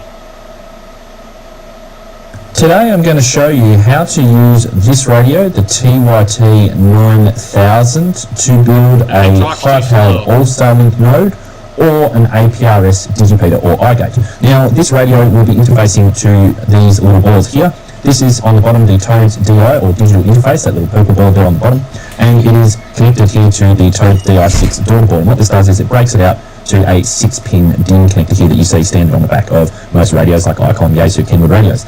The good thing about this radio, and I got this from Radio Oddity, this is, again, this is the model, TH9000D +/Pro. If you're interested in this, then there is a link in the description to purchase this from Radio Oddity. At the time of recording, it's around about $140, and this radio will do 65 watts on high power. It's got some other functions. You could use it as a normal mobile radio as well. But the thing that interests me about it is here on the back, you can see that there is a little sticker that says DSL. Now, if I actually peel this little sticker away, then it reveals a slot for a DB9 connector, for a serial port type connector. Now this is very similar to what is on the back of some of the Alincos. I think that they've taken this design from this, and you can actually put in a DB9, or we can put something else in here so that we can interface it to something external like this board, and we can then use this radio for All Starlink or a Direwolf or whatever we want to use it for. So we're going to need a couple of things today. We've got the radio, we've got the boards, and we're also going to need a special cable here. Now again, all of the links are in the description below for everything that you need. Let's open this up so that we can get started. So these screws here on the bottom of the radio are the special Torx bits. I've got a Torx bit here that fits it. So just undo these screws from the bottom cover, and we'll just put those there to one side. Now sometimes the cover can be a little bit sticky, a little bit harder to get up, so just maybe just pry some of the corners up with a screwdriver, and once we remove the bottom cover, you'll notice here that we've got a little connector here. This is our interface in and out of the board. This is what we're going to connect one of these cables. This is a little JST connector, 6-pin cable connector. This I got off of AliExpress. Got a pack of like 10 of them here. You don't need a pack of 10, but they're pretty cheap. They've got various different wire lengths. I think this one's the 15 centimeter wire length here. All we can do is we can plug in this connector into the board and just make sure that it goes in all the way. And there we go. Now what we need to do is we just need to wire this up through the back and into our connector that we're going to use. Now the wiring for this is listed here on the screen. I'll show you. So it begins with pin 1 towards the front of the radio. So pin 1 is this white one here on my particular connector, and pin 6 is the red one here. So pin 1 we've got is our ground. Pin 2 is our transmit audio. Pin 3 is our COS or our squelch output. We've got receive audio, we've got PTT, and we've also got +5 volts. Now a friend and channel member, Darren, VK4GEO, he's made these little TYT TH9000 mini DIN adapters, and we just need to basically solder our wires in. And then what I can do is I can just use a simple straight through cable from this to this, and we're done. It's a really, really simple process. Again, you could use a DB9 connector that, like I've got here, so we could just place that in the back and see that it actually fits quite nicely. So we could use that, but I'm going to use Darren's port. Now, if you want to get some of these, he does have these available for VK viewers only. So just have a look on QRZ.com, VK4GEO, and he should be able to help you out with getting some of these. But in any case, you can also just use one of the DB9s. So what we're going to do is we're going to install this in the back like so, and solder our wires through. So first of all, our white lead is our ground. So what we're going to do is solder that into the ground pin. Now we'll use a vise or something like that to do this. I'm used to having not enough hands to be able to do the job, but we've got that in now. So our next one is TX audio. So we've got that being our blue, and the squelch line is green. Now the squelch line is active low, it's not active high, like some of the other radios that you'll see, like some of the Yaesus are mostly active high, so this one inverts it. The good thing about the Tones DI board is that you have a switch here for mute, so you can select between high and low. Now the next line is receive audio, and that is this yellow one here. Now receive audio, there are spots here on board for RX12 and RX96, so that's 1200 or 9600 because it's on these 6-pin mini DINs, and also on the Toads DI you get the option of selecting 9600 or 1200 in the radios such as the Yaesus and stuff. But the problem with these is, well, this TYT is you only get the 1200 audio, which is filtered. There is no processing, there is processing done on it, it's not raw audio. So I've got some more information on this on my website. I'll put a link below to information on what these actually all mean. It might just clear up some things that are not quite understood. So when I was doing research into the Toads DI board, I discovered all of this stuff, so I've shared it on my website. PTT, so we will put that one in, and then lastly we will have 5 volts, which we don't have a pin out for and we don't require. So what we'll do is we'll end up just covering that. Okay, so what we can do is we can snip the 5 volt line, which we don't need. I'll put a little bit of heat shrink on the end of that. Okay, so we can push this back now. For mounting these screws, mounting screws in here, they are tapped. So let's just see if we can put some M3 screws in. Now, it looks like these screws are tapped with M2.5mm screws. So I've got a couple here in my spare parts drawer. So you might need to find some. I have read that a few people have used the screws, the top cover screws, and just borrowed those to put them in. I probably will put a little cable tie in there just to hold it down, but I think for the moment it will be fine. And there we go. We've got an interface on the back of our radio. So now what we need to do is just plug in our 6-pin mini connector into the back. And what we can do is we can then come out and plug directly into our Toads DI digital interface board. And connect this up to our Pi, and we'll see if it works. Now, there is one thing also to keep in mind with this radio, which I should point out, is that if you start to press the buttons to program and do things here on the front panel while it's connected to the Toads DI board, it does do some funny things. For some reason, it's sending some sort of signal back and causing it to transmit. If I actually press the function button, it seems like it wants to then go transmit or receive a signal or something. It's like it's hearing something. So I recommend not pressing any of these buttons or programming anything in the radio while you've got this plugged in. Just unplug it, do the changes, change the power levels, change the tone, frequency, whatever, and then plug it back in. Otherwise, you might find some erratic operation. Okay, I've set my levels. Everything is all plugged in. I've got my radio here on 145 350, just plugged into a dummy load. If we key it up, you'll see there that it's transmitting VK7HH testing. You can see there. And it's transmitting. Now let's do an audio test and see what it sounds like. I'm just using my Kenwood handheld here. That's a nice VK7HH, VK7 Hotel, testing 1, 2, 3, 4, 5, all Starlink node. Nice Kenwood. Audio level is just about right. VK7HH, VK7 Hotel, testing 1, 2, 3, 4, 5, all Starlink node. If you want to also do it for APRS, which is what I'm probably going to do, using Direwolf, then you can do that too, just by imaging up a Raspberry Pi and using the Toads DI boards here. Now, for these boards to interface to this radio, if you want to get hold of these, then they are available here in Australia on my shop, henradiodx.net/shop for VK and ZL. If you're in the US, then it is temporarily offline.com, and if you're in the UK, then it is shop.n0jsx.radio, and all the links are below in the description for that board. Now, the thing that also you need to keep in mind with this radio, though, is that it does get quite warm. If you're listening to an all-Starlink signal that's coming back and this radio is transmitting, it's going to get pretty warm, even on low power. So that's where my mate Darren, VK4GEO, he also sent me this timer with a fan, so you can mount the fan here on top, so that's also a very good idea to do that to keep this radio cool. Now, if I'm going to use this for APRS, it's probably highly unlikely that I would need that fan because the radio won't be transmitting long enough to get hot, but if you are using it for all-Starlink, then that is a very good thing to do. I'm also around about 12,000 subscribers away from 100,000. I would really appreciate it if you found this video helpful to please subscribe to my channel. I do lots of videos like this to help you out, build, experiment, inspire you to do things. The other thing too is that I didn't show in this video how to set up the audio levels using the Toads DI board in the menus in all-Starlink, and also I haven't also gone into very much detail about what this board can really do. It's quite versatile, but I did in other videos. If you want to see those and learn a little bit more about this entire setup, then there are a couple of those videos over here that you can watch right now. That's funny. He says I'm 12,000 away from 100,000, and here I sit with 12,000. How many? He's at 111,000 subscribers. Yeah. These guys get a lot of people that watch their stuff. I don't get that many views. I get 150 subscribers a month, maybe, somewhere around that. Anyway, I didn't know that him and Temporarily Offline were in business of selling these boards, which are kind of neat, but I'm very interested to see, can we just hook up a USB audio interface with the PTT line to a K-plug and just go with it. So I need to figure out what radio might have the thickest wires on the K-plug, and let's see, I'm wondering, let's see if we can go CM108 to K-plug. I'm curious if something comes up. I know that they like to do these AOC all-in-one cables.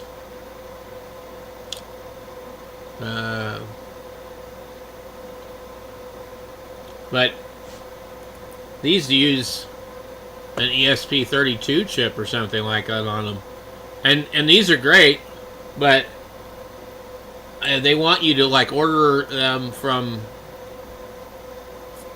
have like 6 of them made for like $60. Let's see, radio connections. Wonder what this is.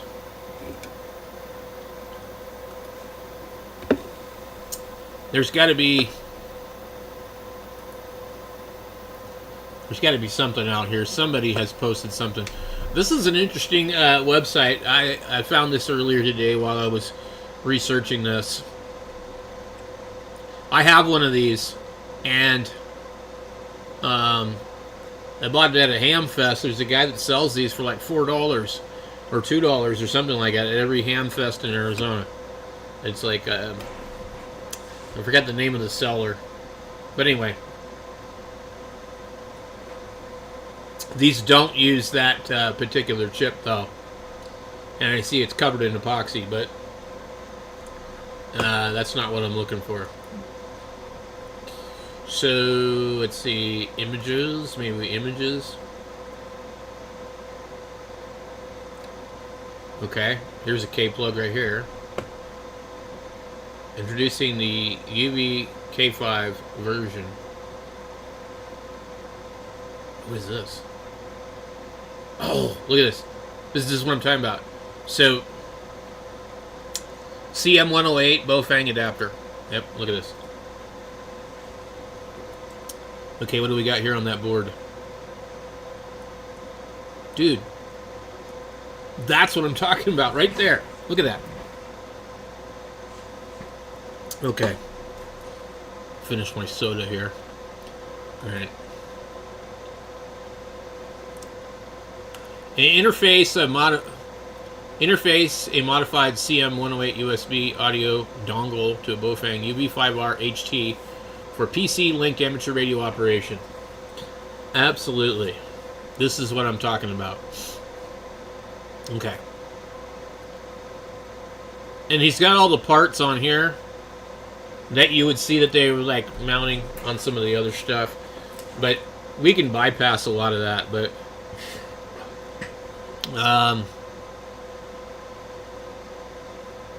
yeah. Let's see. So on this board we have, that is a very weird diagram of a transistor, a 2N7000. Let's see.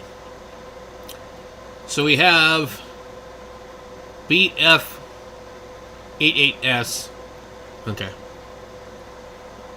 So we got COS. I don't see his wires on the chip. Where's he getting COS from?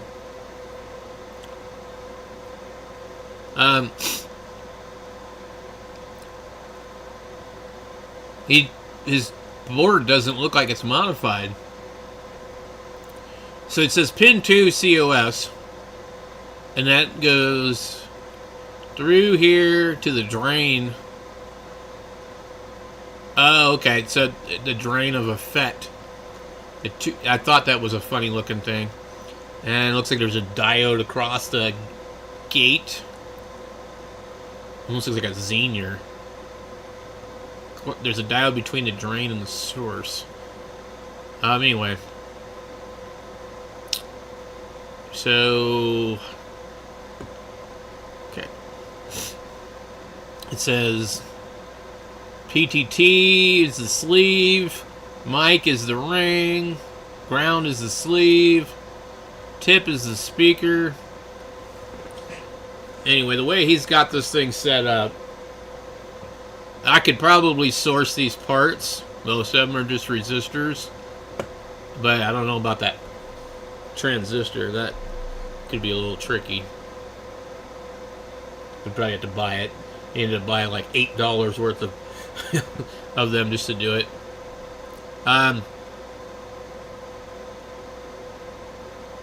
So let's see here. I'm looking at this thing. Okay. Source, drain, gate. Okay. Tip, ring, sleeve.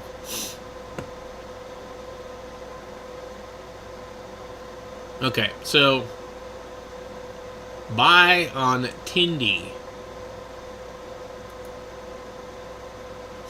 There's the files for that. I don't know that you would need that though. I really don't. So I'm trying to think of what this transistor does. So the COS,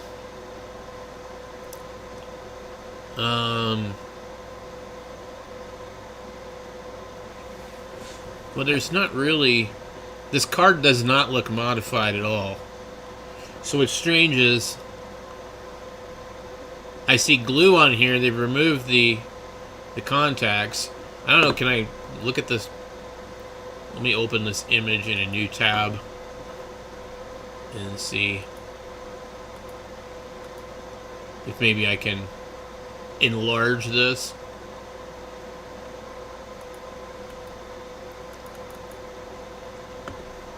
There's no modification to this at all. So I'm not sure what's going on here with this. It's like directly to it. So there can't be a COS line. Because it's not soldered to that pin. You don't have a COS and you don't have a PTT. There's no way. Is this just fake for looks? I don't get it. Okay. Let's back out of here. I'm going to look at this one. Where'd it go? Come on. Okay.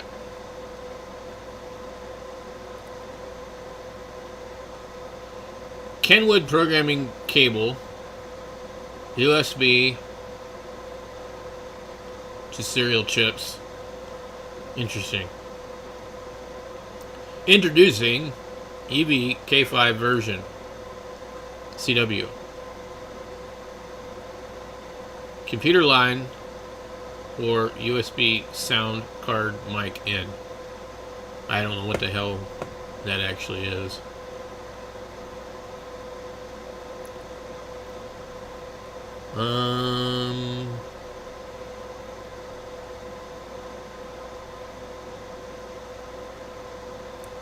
Let's see.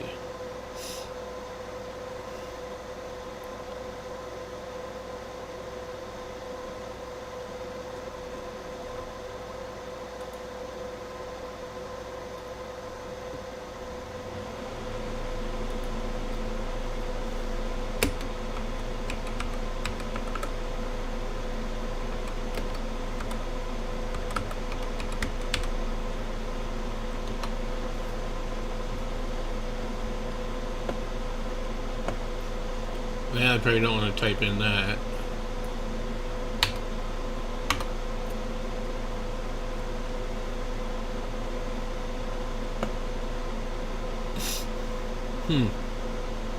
Oh, this is good info right here. Because I actually wasn't aware of what these actually are. Okay. We view the file. Alright.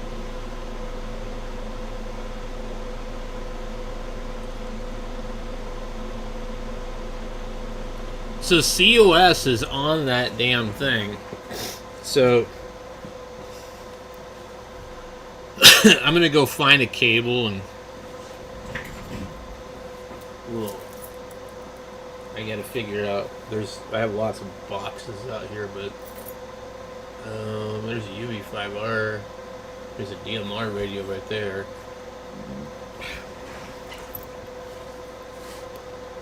Quansheng and a bunch of other stuff. So they got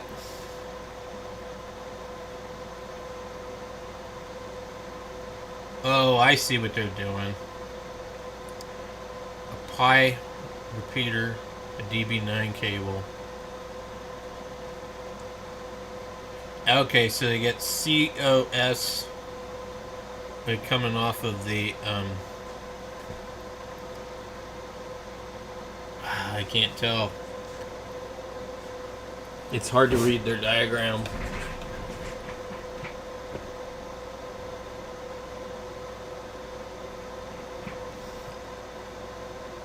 Let's see, that's ground. And they're not using the TX data part of the pin. So they're using... Well, that's very strange.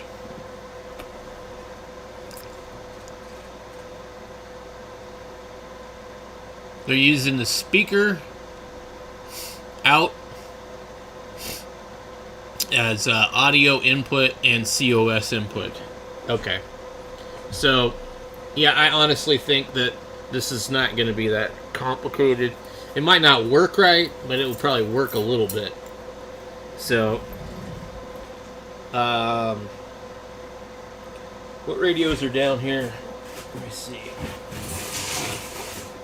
I got a couple radios in a box here. It's a TID radio. There's like 2 radios in a box. Oh, geez, it's a TDH3 Plus, and I don't actually think that comes with a CIA earpiece. Maybe it does.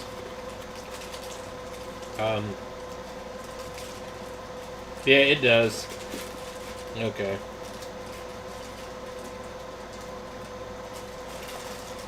Well, I don't know if I want to use the TID radio one or not. Ah, damn, I got so many fucking radios. It's fucking nuts. What happened to, like, all the old radios? I need to find a different one. Let's go back over here to...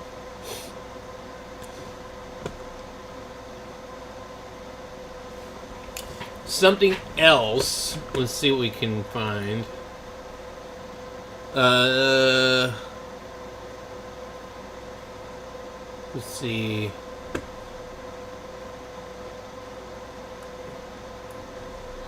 HT All-Star node. Let's do that.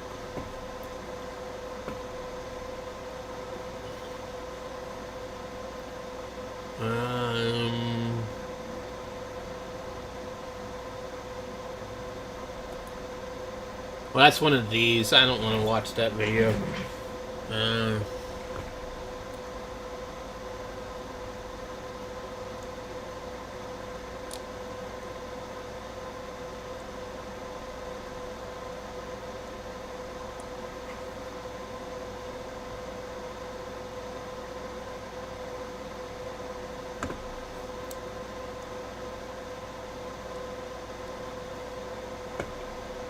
Yeah.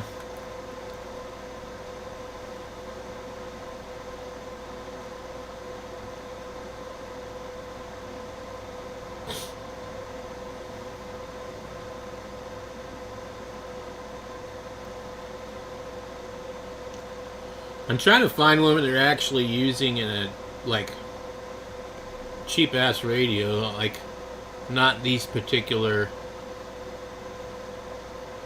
same RT85 radios.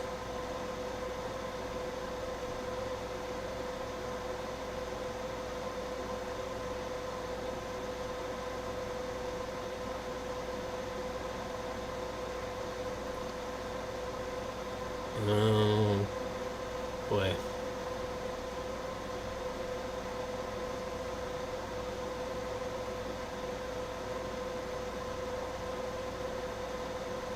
There's a Radtel 920. I don't know what radio that is. Like, can we find one that's not a Bofang 888 and not an RT 85? But they seem to all be the same.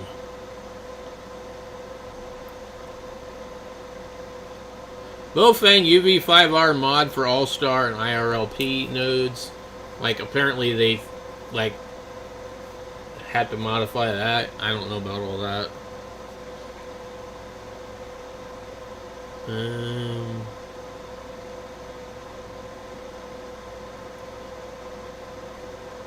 All Scan, All-Star node, TID radio, TDH3. And that looks like it's using one of those expensive boxes.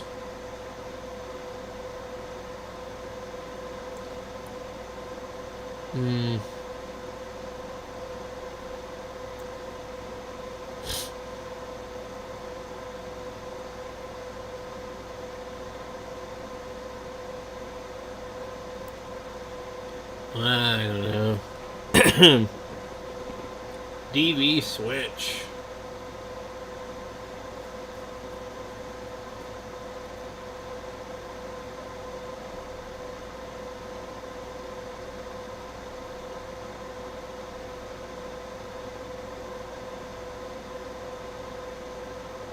Installing All-Star Hub in the cloud. Yeah, that might be worth watching.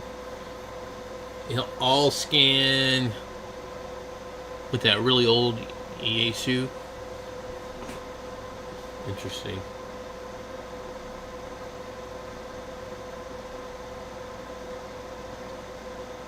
Let's see. I wonder if anybody's ever used the UV17.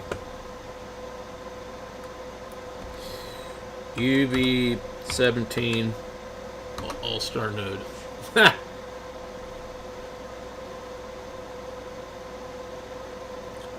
Let's see.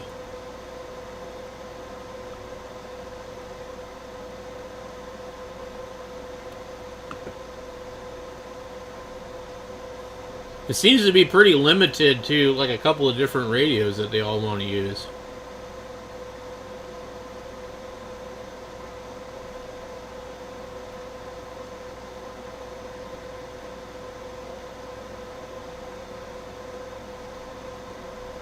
Huh.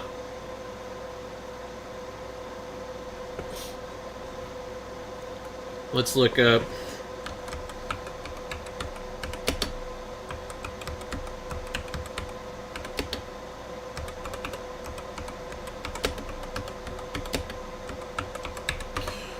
Baofeng Quansheng All-Star Link Node.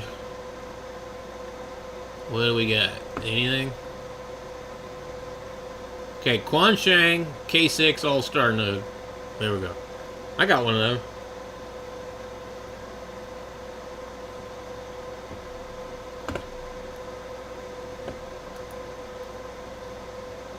Of course it's M0FXB.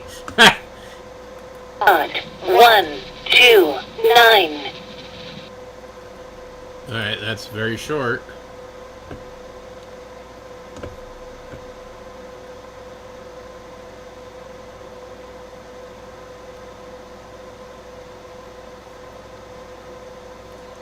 There's a little box right here.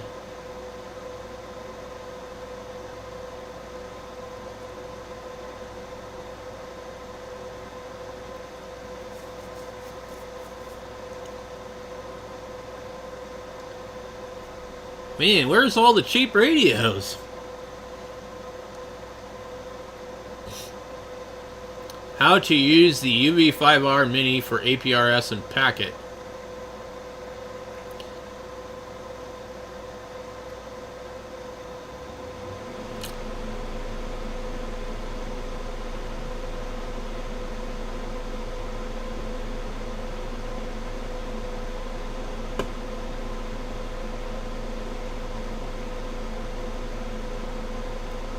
Here is a completely dissected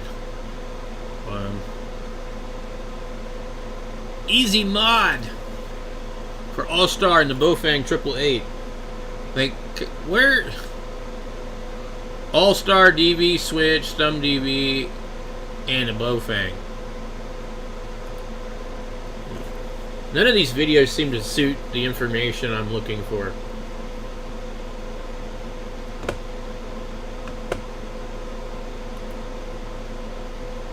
KF8S. Oh boy, I forgot to mute it. See if there's any kind of a fix to that without sending it back, because I'm not sure. It's just over a year old, and so I don't think there's probably any warranty left, and you know, it's a little bit dicey here sending it back to Icon on the other end of the on the other end of the country, because I come. Okay, unlinked. Not linked. Okay, we're gonna go Echo server. Okay,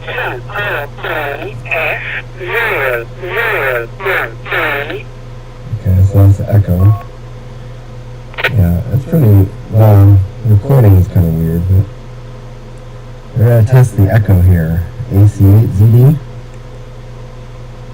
We're going to test the echo here. AC8ZD. Alright, there's echo.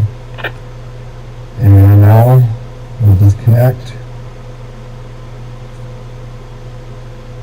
Now linked.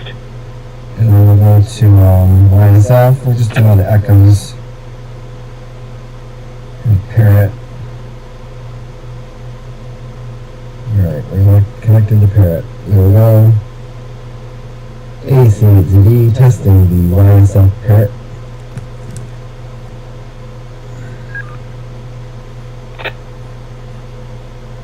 It didn't work. Alright, try this again. It's muted. AC8ZD testing the YSF Parrot. AC8ZD testing the YSF Parrot. Alrighty. Now let us try one more. We're going to do DMR. Disconnect. Try the DMR. DMR. Connect to Parrot. Alrighty. Make sure we unmute the analog bridge here. Let's see here. Alrighty, let's test DMR. DMR test. AC8ZD testing the Brandmeister Parrot.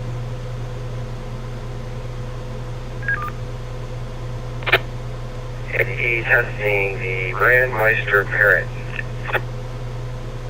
Try one more time here. AC8ZD testing Brandmeister Parrot. This time with a delay at the beginning and the end.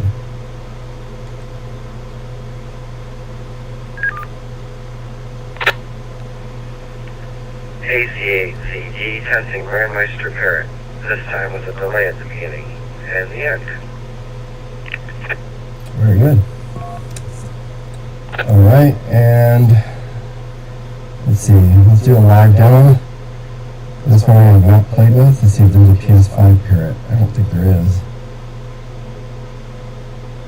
Is there a Parrot? Let's try it. Connecting it. Alright, so I forgot to mute it. Or unmute it. This is P25.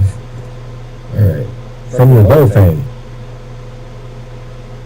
AC8ZD testing the Parrot for P25. AC8ZD testing the Parrot for P25. Oh, that sounds weird. Let me try it one more time. Hello there. You are listening to the Alpha Charlie 8 Zulu Delta AC8ZD All-Star node. Oh, fun. Alright, let's try this again. AC8ZD testing the P25 Parrot. I got my UV17 CIA earpiece. AC8ZD testing the P25 Parrot. I don't know, P25 sounds the worst so far. Let's see, what other modes do I got? I think that's good enough. We did D-Star, did we do D-Star? I think we did D-Star, yeah we did. Yeah, we did D-Star. Alright, let me show you the device. Alright, so here's the Sherry Pi Hat U. I bought this about a year ago, and I just had it pre-assembled and just ordered already put together, but you can order them as kits. They also sell like little USB modules that you can, instead of having to order a Pi with it built in, you can just build the box and plug it in. It doesn't even have to be a Raspberry Pi, it could be a computer or whatever, a PC. But in this case here, I also added a Northwest Digital dongle, and this one is the vocoder basically on a USB stick, and that allows you to do all the modes. So D-Star, Fusion, DMR, you do all those modes, and what else? So the software that I put on here is DV Switch. So I downloaded the DV Switch distribution, installed that, got DV Switch working on its own. It's got its own web interface that you saw over there. After that, I then installed the All-Star beta repositories, and that's how I got All-Star working with it. So I'm not using the ham VoIP image, and I'm not using the All-Star link image directly, but DV Switch is on the same software release, which is based on Buster, and it's compatible. So there are a few tricks you got to do to get the All-Star in there, and you want to make sure you're using All-Star's kernel, Linux kernel, and not the one with DV Switch. And once you have that, everything's golden. The rest is just configured as normal. And there you go. So that was a quick little demo, and hope you enjoyed it.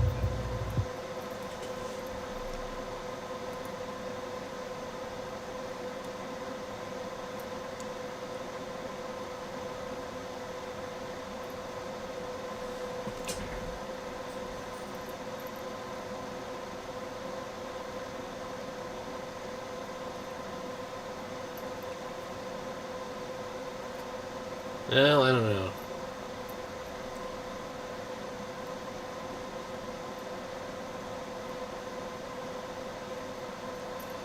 We got Captain Crusader here again. Ha!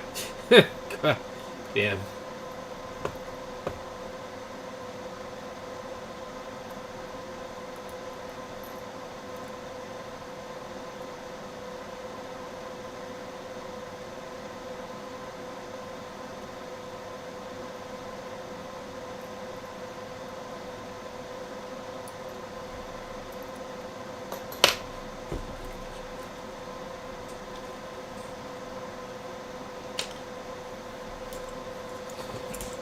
Let's see, what do we got?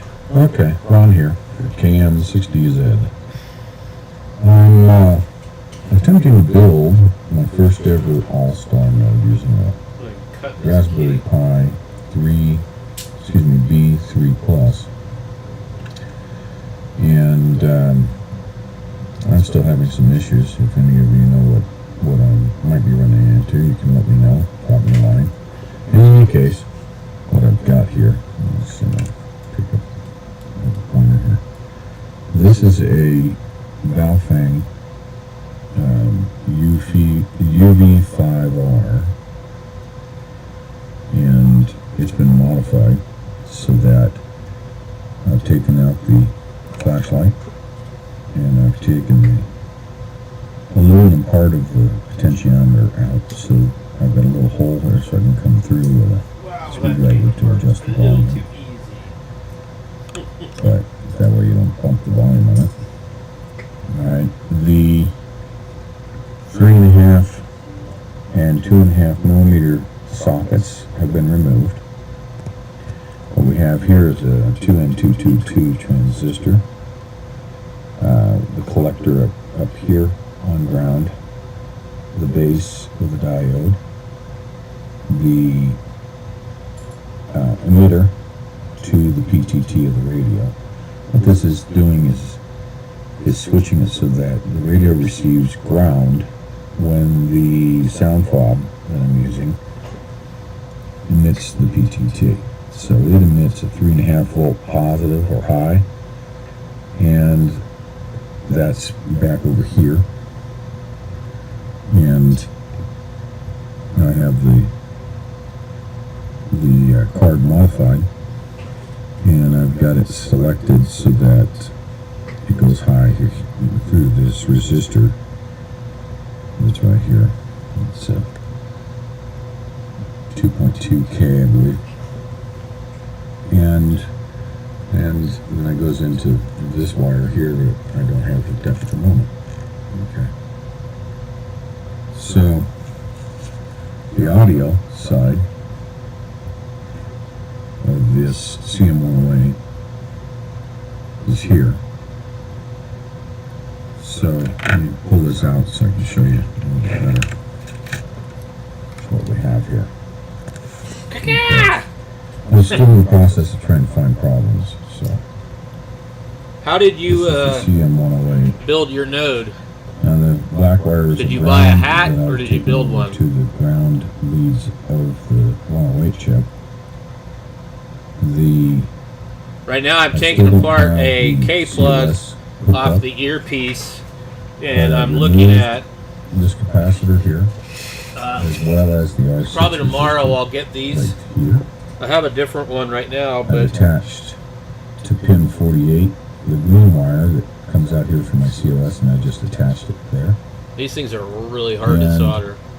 what is it? Pin 13 is the PTT.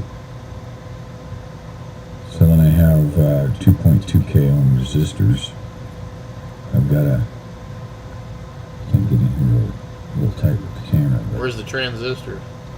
underneath these resistors is, I've drilled I've broken the traces so that I can basically use these three on this side, these three on this side, and the three up the middle without interference. So I'm just going to use The problem I'm having, whatever handheld let me wants to finish work the nicely here. with it. Then we'll talk about the problem. So then I have step-down converters. One at 7, I've got set on this 12 volt input. This is set for 7.8 volts DC, and that powers the buffering. And this one's set at 5.5 volts. That powers the... So you're using the Okay. So... like a DB9 port on it or whatever they call it. Side.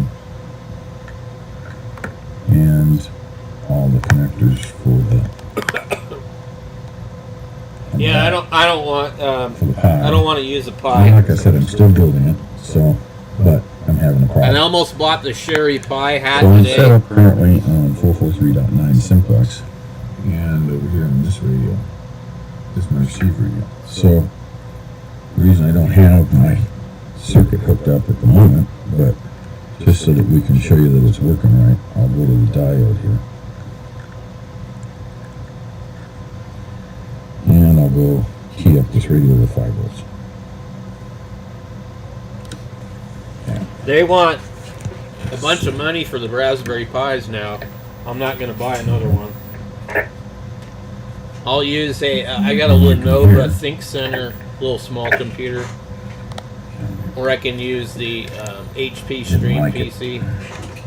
The diode just came off. I'm actually wondering if I could just get So- one of those orange pies.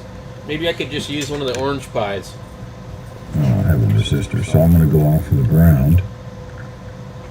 Like I said, I'm still working on it, and I didn't have that diode attached. God damn, my throat feels Transmit. scratchy today for some reason. Nice and quiet.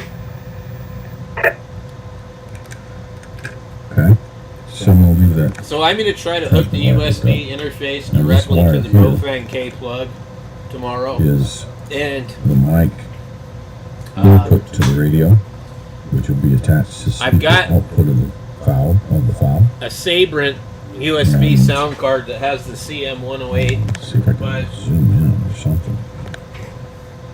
Yeah, that's I don't want to use that because it's a little different than this one. okay. But I've got the wires So- soldered to it already, so I don't know, maybe I'll use it. With the 2.5 millimeter plug taken out, the tip is not shorted across anymore for speaker. Speaker interrupt. And the same thing goes for the ground. Now, I should say the green one, which is where this red is, we'll have to see. on the 3.5. Okay. Which would shoot over for the microphone, which is what I'm having some issues with. Well, the one's an Plug i3 the phone back in. or an i5. One's an i5. The other one's an i3 or something like that. Okay. It's hot swappable. And we look at the yellow line, which I've got this yellow connected. And we hook up the audio to the radio. I'm running out of steam here. I'm pretty tired. I'm going to put the box line on. So they came back online, I think. That's what started this whole thing, though. I was like, they weren't on, what do you call it, Broadcastify anymore. But I got them on Echolink on my phone, but let's see. Broadcastify is not quite working normal. Have it down correctly there, Mike. And is there anything else before we get back to people trying to get the top of this?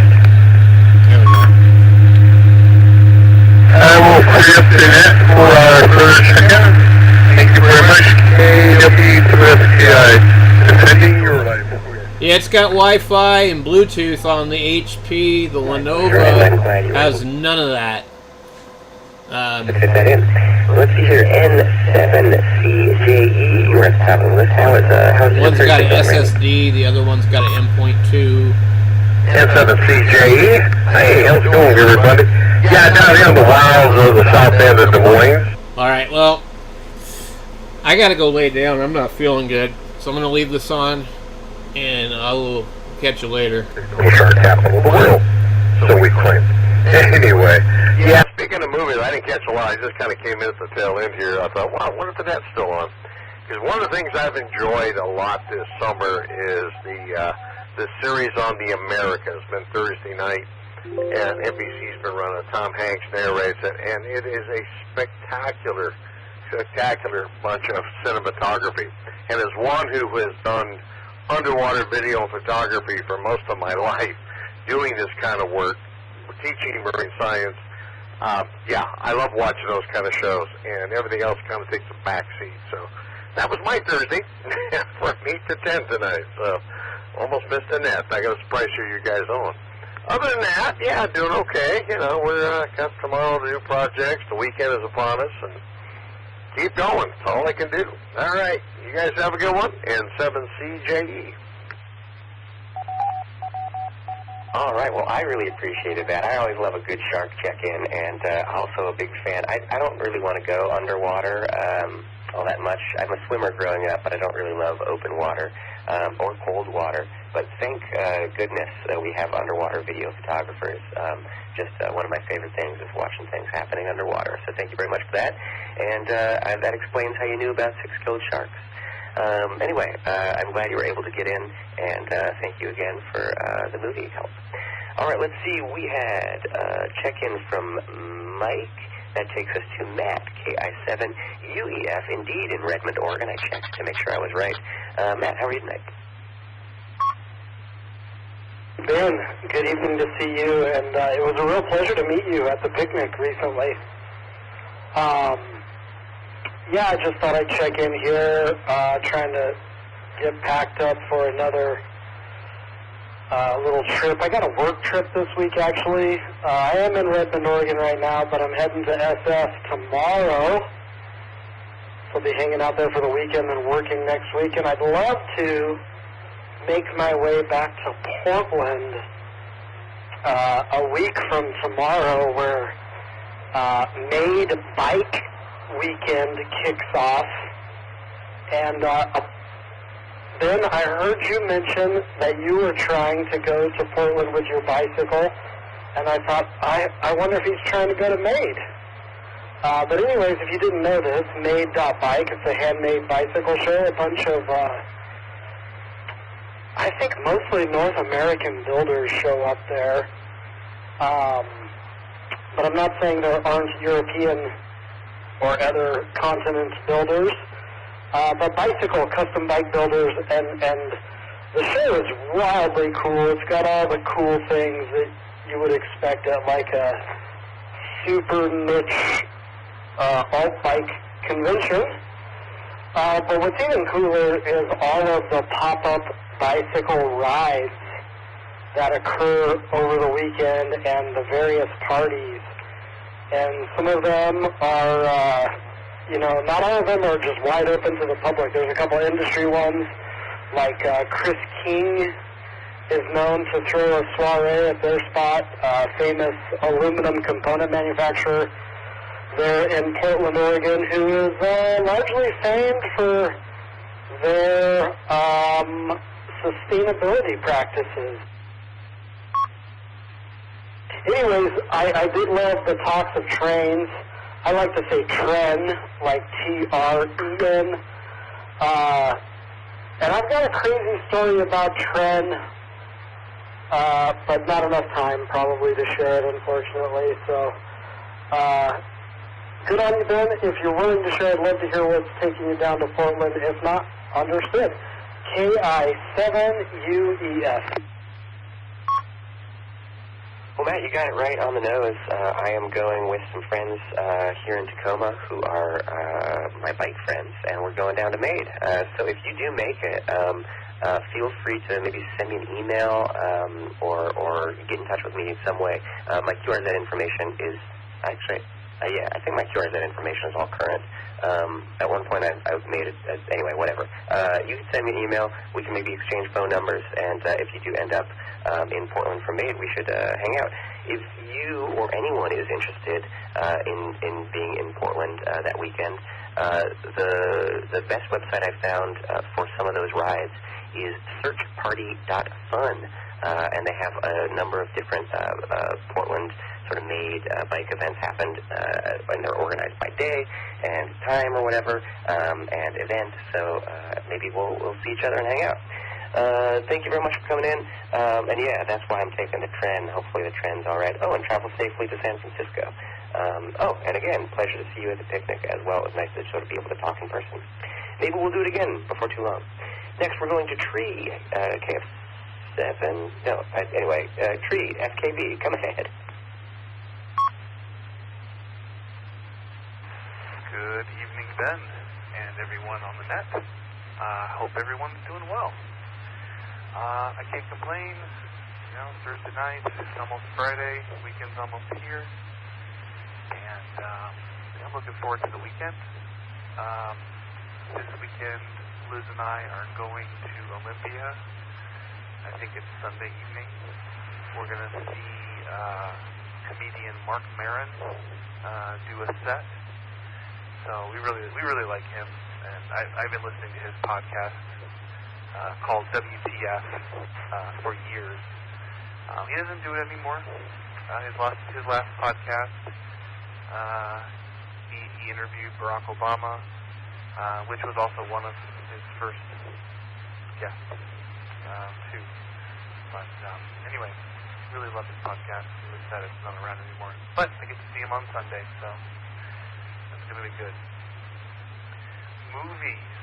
So, I try not to give my money to streaming services, and so Liz and I are patrons of the Seattle Public Library. It's a public library. It's the new video store, and it's free. So win-win. Get a break for a second.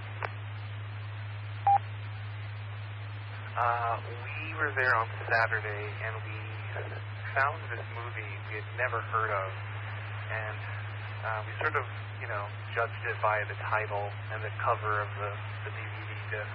It's called Freaky Tales, and it was produced by a hip-hop artist named Too Short, who I have no idea who that is, but it just looked pretty wild, and it looked cheesy, and so we got it, and man, it was such a good movie. It has a little bit of everything. It's got some romance, it's got fight scenes, it's got like kung fu samurai fights, and it's really cheesy. Like how it looks, the cinematography in the film is really cheesy. It kind of feels like an after-school special from the 1980s with really cheesy, really old cheesy effects. And so we really loved this movie. It was really good. And even Tom Hanks is in it too. So he has a little cameo. So anyway, I just thought I'd throw that out there if anybody is interested in Freaky Tales. We'll be returning it on Saturday at the Ballard branch if you want to pick it up. So there's my movie review. I give it 2 thumbs up. So all right, KK7FKB. Good evening. Well, Tree, that's, I had never heard of this movie because I live under a rock, and I did a little Googling, and yeah, it sounds like definitely worth checking out from the library. I put it on my list with a little star, so thank you very much for the suggestion. Hopefully I'm not the only one who is ready to be tickled by what looks like an enjoyable film. And then I am certainly familiar with Marc Maron. I was sort of slow to arrive at Marc Maron, especially for a guy who lived in L.A. for 10 years. I feel like he was very popular locally, and I just didn't really pay attention to the podcast for a long time. And then I started watching some clips of his, and he's a very funny man, and I really appreciate, seems very down-to-earth for someone who rubs elbows with the people he rubs elbows with. So that's always refreshing. Hopefully you have a wonderful weekend ahead. Enjoy the show, and thank you for the show suggestion yourself. KA7ATS, Andrew, you're up next. I'm going to identify before I hand it over to you because I feel like it's been too long. It's 1017. This is K7LLZ, and Andrew is up next. KA7ATS. Take it away. So, first I'll start off with a movie recommendation. My favorite rom-com is The Holiday. It's a bit of a Christmas movie, but sometimes that's just what you need on a hot summer day. I'm seeing I might not be showing up on the voter, so I'm going to try again.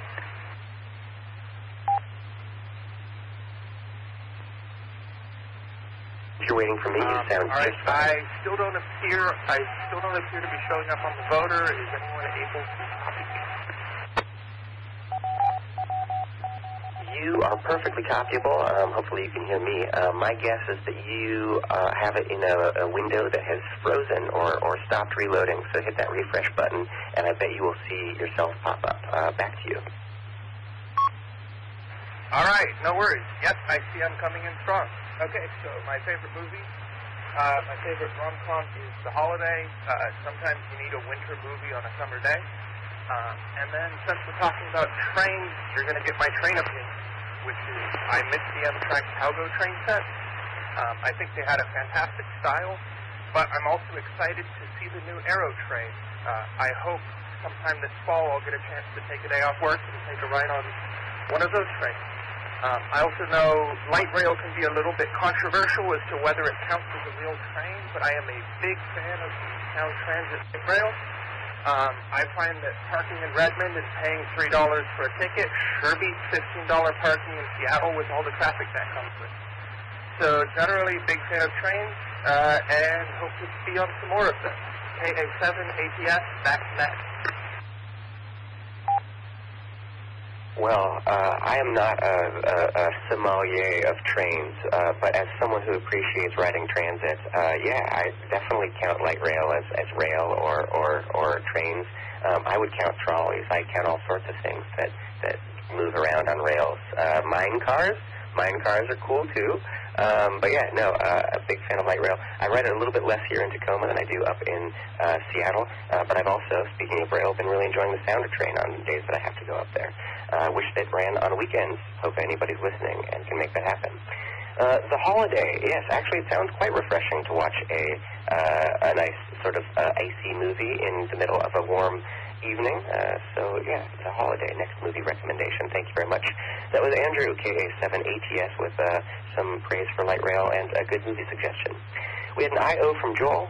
That takes us to, my goodness, what happened here? KQ4NUQ. Come ahead. I'm sorry, that was my messy notes catching up with me. Come ahead.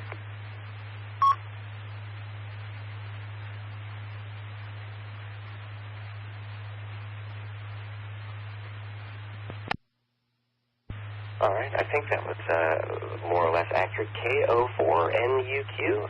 Come ahead, give us your report.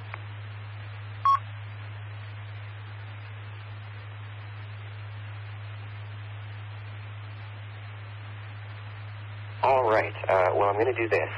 We only have 2 more stations with check-ins, and so if I have not called for you after those stations and you're on the list, I will give another call just in case you're waiting for me. For now, though, Graham has a recheck, our first recheck of the night, KM7GSG. Take it away. Thank you, Ben. I have to say that you were talking about the Mazda Miata. I've never driven one. I've heard a lot of good things about them. But I have to relate that I learned to drive using a manual transmission. And this was nothing fancy like a Ford Mustang or a Chevy Camaro. No, this was a Jeep, a 1953 Jeep that had the four-cylinder engine, so it was definitely not a dragster. And my dad, when he taught me how to drive the thing, he said, don't take it out of low range. You have pretty forward speed, but yeah, also have put it in four-wheel drive, and you have low and high range. And in low range, you can actually start out in third gear, and you can even pop the clutch, and it won't kill the engine, it'll just jolt the vehicle. So I was a stick-shift fanatic for a long time. Now that my wife drives a hybrid, I'm not so much of a fanatic because that hybrid has tons of power, and it gets like 50 miles to the gallon. So I've definitely made the transition there. Talk about trains. Yes, I'm definitely a fan of trains. I lived in Japan for 2 years, and I was always hopping the trains, going from one place to another.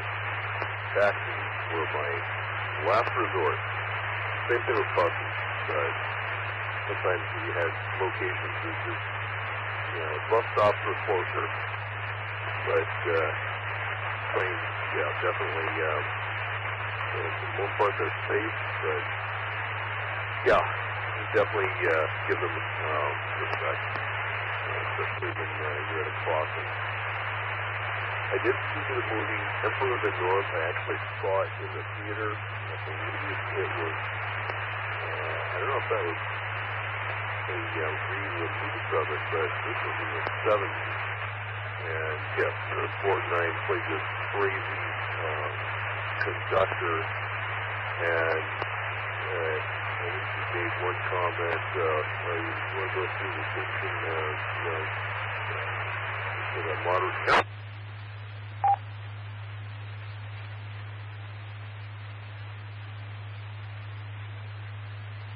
Sorry, Graham, I think you were, I couldn't tell quite if you were finished or if we just lost you. You're just barely holding the repeater. I could make out most of your report, but I wasn't quite sure if you were finished or if you just cut out. Back to you.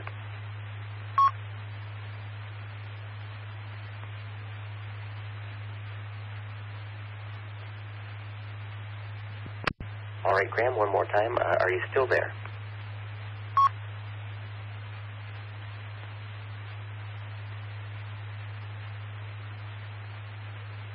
All right, well, I do not want to slow things down by replying to Graham if he's not actually around, but if Graham comes back, or Graham, if you can hear this, we lost our ability to hear you, and so maybe you can get into a better position or a little bit more juice, and we will get back to you on your report. But in the meantime, that was KM7GSG, and we have one more station on this list, except for our maybe phantom operator, who I'll call for again after this. For now, though, D9MSX. Mark, take it away. Yes, that's Kilo Delta 9 Mike Sierra X-ray. Thank you very much, Ben. And on the movie front, April 8th, 1970, you guys need to watch Colossus, the Forbin Project.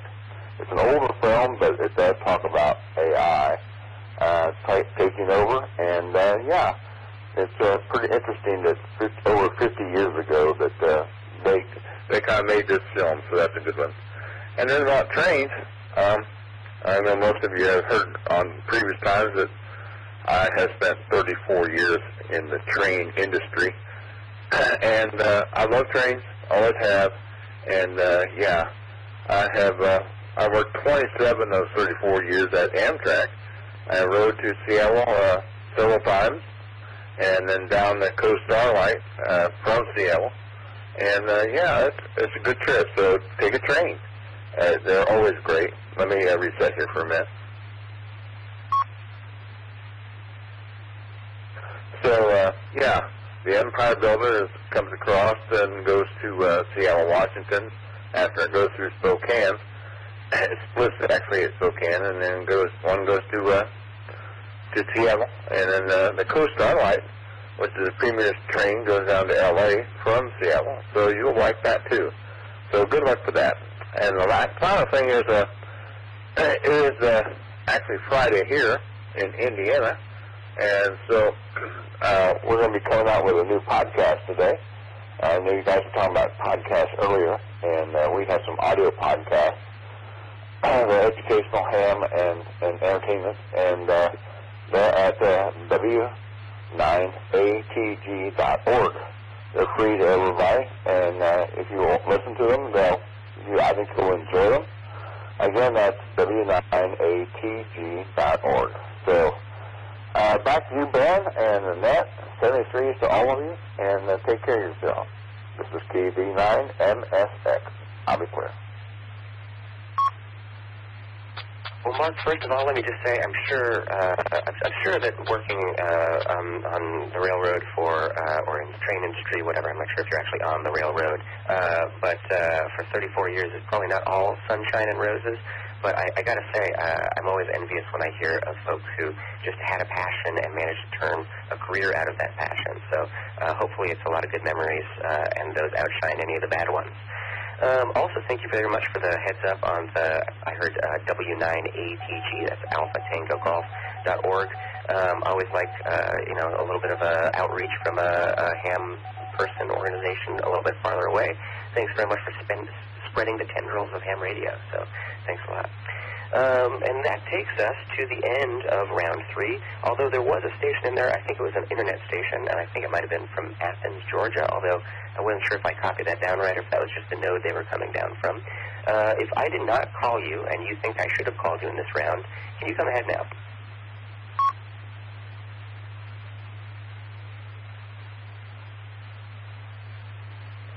Net Control, this is the Georgia station. You said you didn't copy me. It is Kilo, Quebec 4, November, Uniform, Quebec. Drew?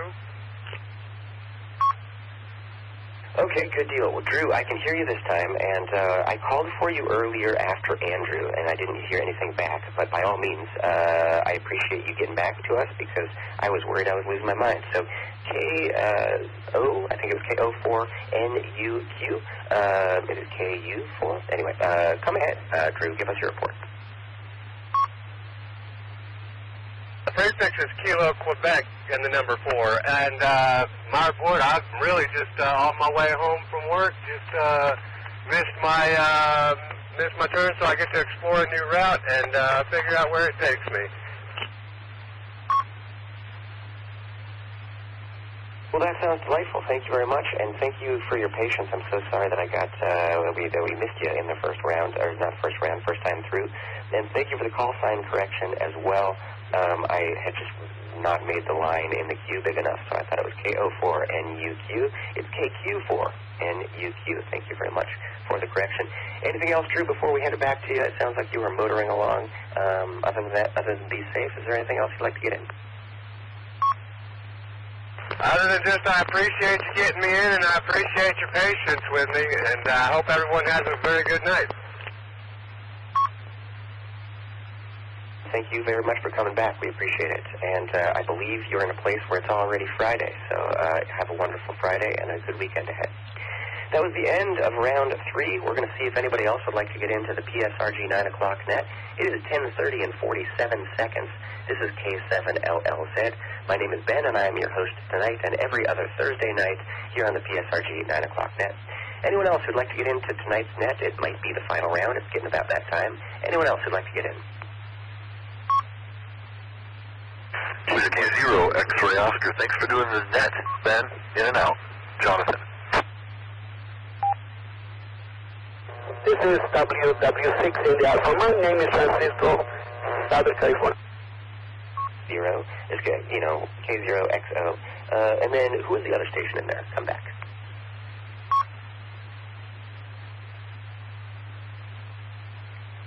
This is Kilo Mike 7, Golf Sierra Golf, Graham. I'm actually on All-Star. I think my Balfang is dying because the battery indicator is down. But I heard Francisco calling as well.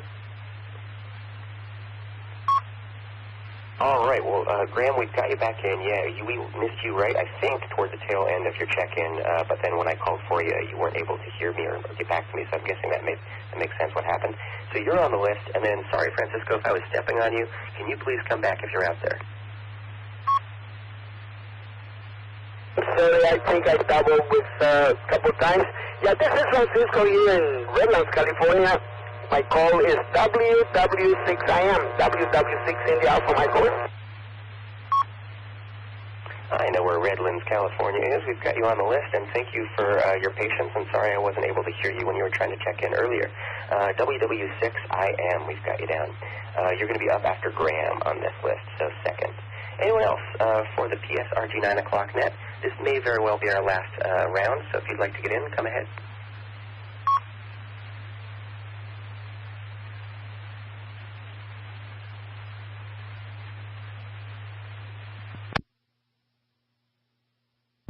All right, nothing heard. I'll do one more call just because it does seem like being on the internet, I do sometimes step on folks. Is there anyone else who'd like to get in? Final call for the PSRG 9 o'clock net. Come ahead.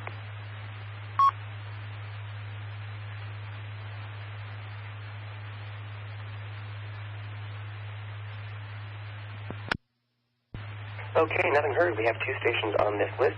We have KM7GSG. You sound quite nice on All-Star, I gotta say. Graham, come ahead. Thank you, Ben.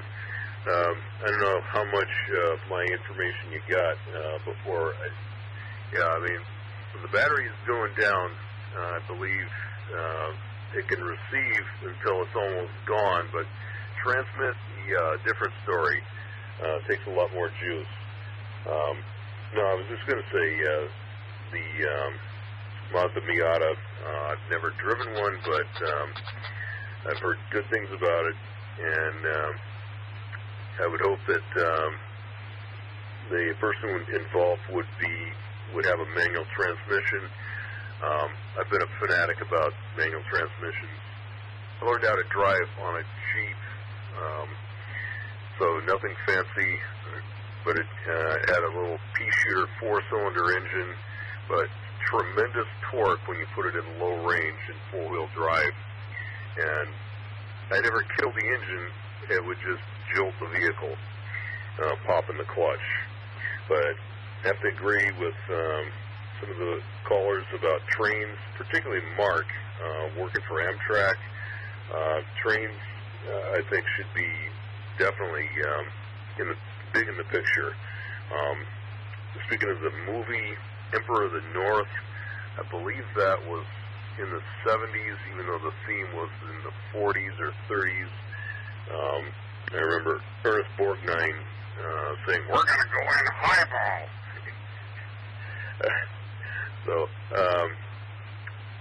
Also, light rail, definitely a fan of light rail, because when I was working downtown pre-pandemic, I was taking the train from the University District downtown, but I had to hop the 542 over to the University District. Thanks again for doing the net, Ben, and saludos, Francisco. Kilo Mike 7, Golf Sierra Golf.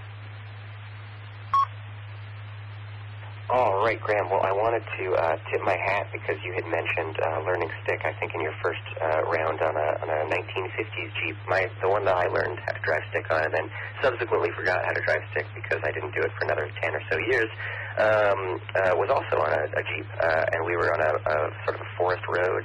And it was a very, you mentioned it, it's very jolty. And it was definitely a very jolty manual transmission, even on a newer, I think it was an 80s Jeep. You should find an opportunity to drive a Miata, because I'm going to be honest, I'm 40 years old, and when the Miata came out, I wrote it off as like a midlife crisis car, and I'm just going to own that. I thought it was like kind of a small toy car, and I didn't really respect the design and what it was trying to be. And I think it was also a bit colored by the fact that some dads had it that I knew that I did not like particularly much. So I kind of probably held it against the car in a way that I shouldn't have. But then, as I mentioned, I got a chance to drive one in the sort of Hollywood Hills through the canyons, and it was just a blast. And yeah, it's not a fast car, but I've come around to that as it is. I drive a 2002 Honda Civic Si, so it's not a fast car, but it's a fun car. It's a little hot hatch, so I enjoy driving that. It's a little dash-mounted shifter, and yeah. Anyway, thank you very much. I'm not sure I knew that you lived in Japan for that long, but I totally understand why you'd be a fan of trains. I am going to go out on a tiny limb. I know we're not supposed to talk about politics, but I love when we both enjoy driving and also can talk about enjoying taking the rail or riding our bikes. Like, it's nice to be able to not argue about those things, but find the pleasure in all of those different things. So anyway, thanks everybody. It was a really nice conversation in that regard. Next, we're going to Redlands, California. We're going to hear from Francisco, WW6.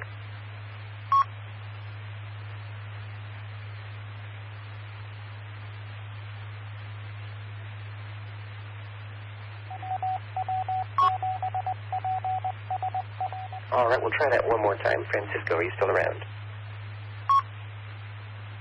I just my All-Star link here, it actually fine. So locally here, so I couldn't take the mic. Hi, how you doing? I hope you guys had a great day today. I had a long time. I don't show up here to say hi, but I connected early and I was listening in the background. So I don't want to let it go without saying hi, and thank you very much for letting me check in with you. Not much to say, but I just want to say hi to everybody there in the north. I'm only here in Southern California, and thank you so much. This is WW6 in the Alpha Mike. Hey, well, thank you so much, Francisco, and I definitely can relate. I've been running the net for the past few weeks from an All-Star node, and yeah, every once in a while, it's kind of like when a server shows up and you're at the restaurant, you just took a big bite, and they ask you how things are, and your mouth is full. That's kind of how I feel when my node is identifying. Anyway, Redlands, California, thank you very much. I'm glad that you noticed that we were on and came and say hello. One of the things I really like about ham radio, and I probably take too much advantage of this, is you can go away for a while, do other things, and come back. And there's, things change, and things aren't, static, but it's a community that persists, and I really like that. So, hopefully you are juggling all the different things in your life very well, and we appreciate that DSRG is one of them.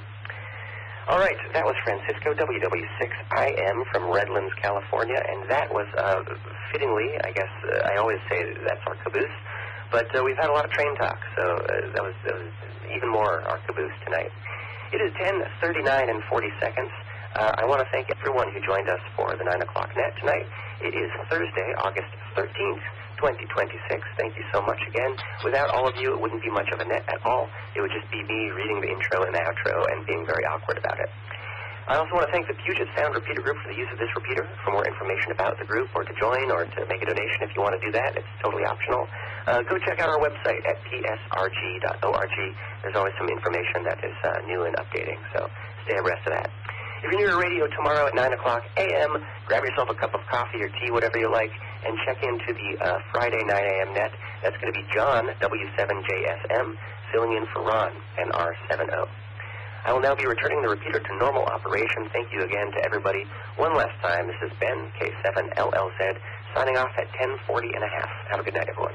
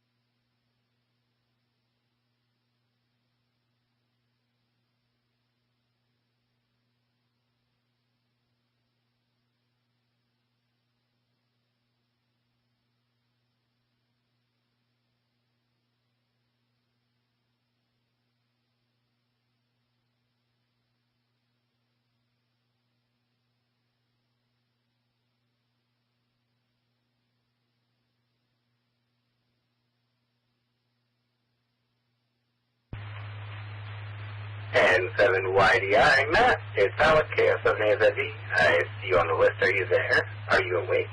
And 7YDI, this is KF7AZV.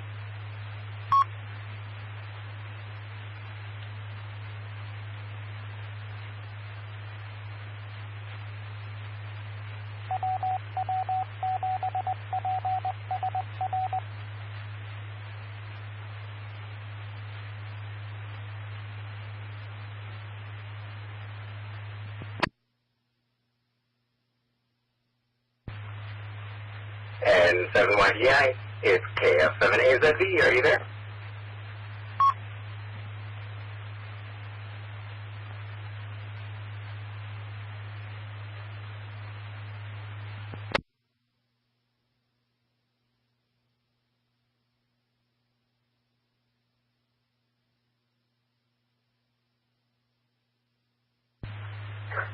Nothing heard. KF7AZV, clear.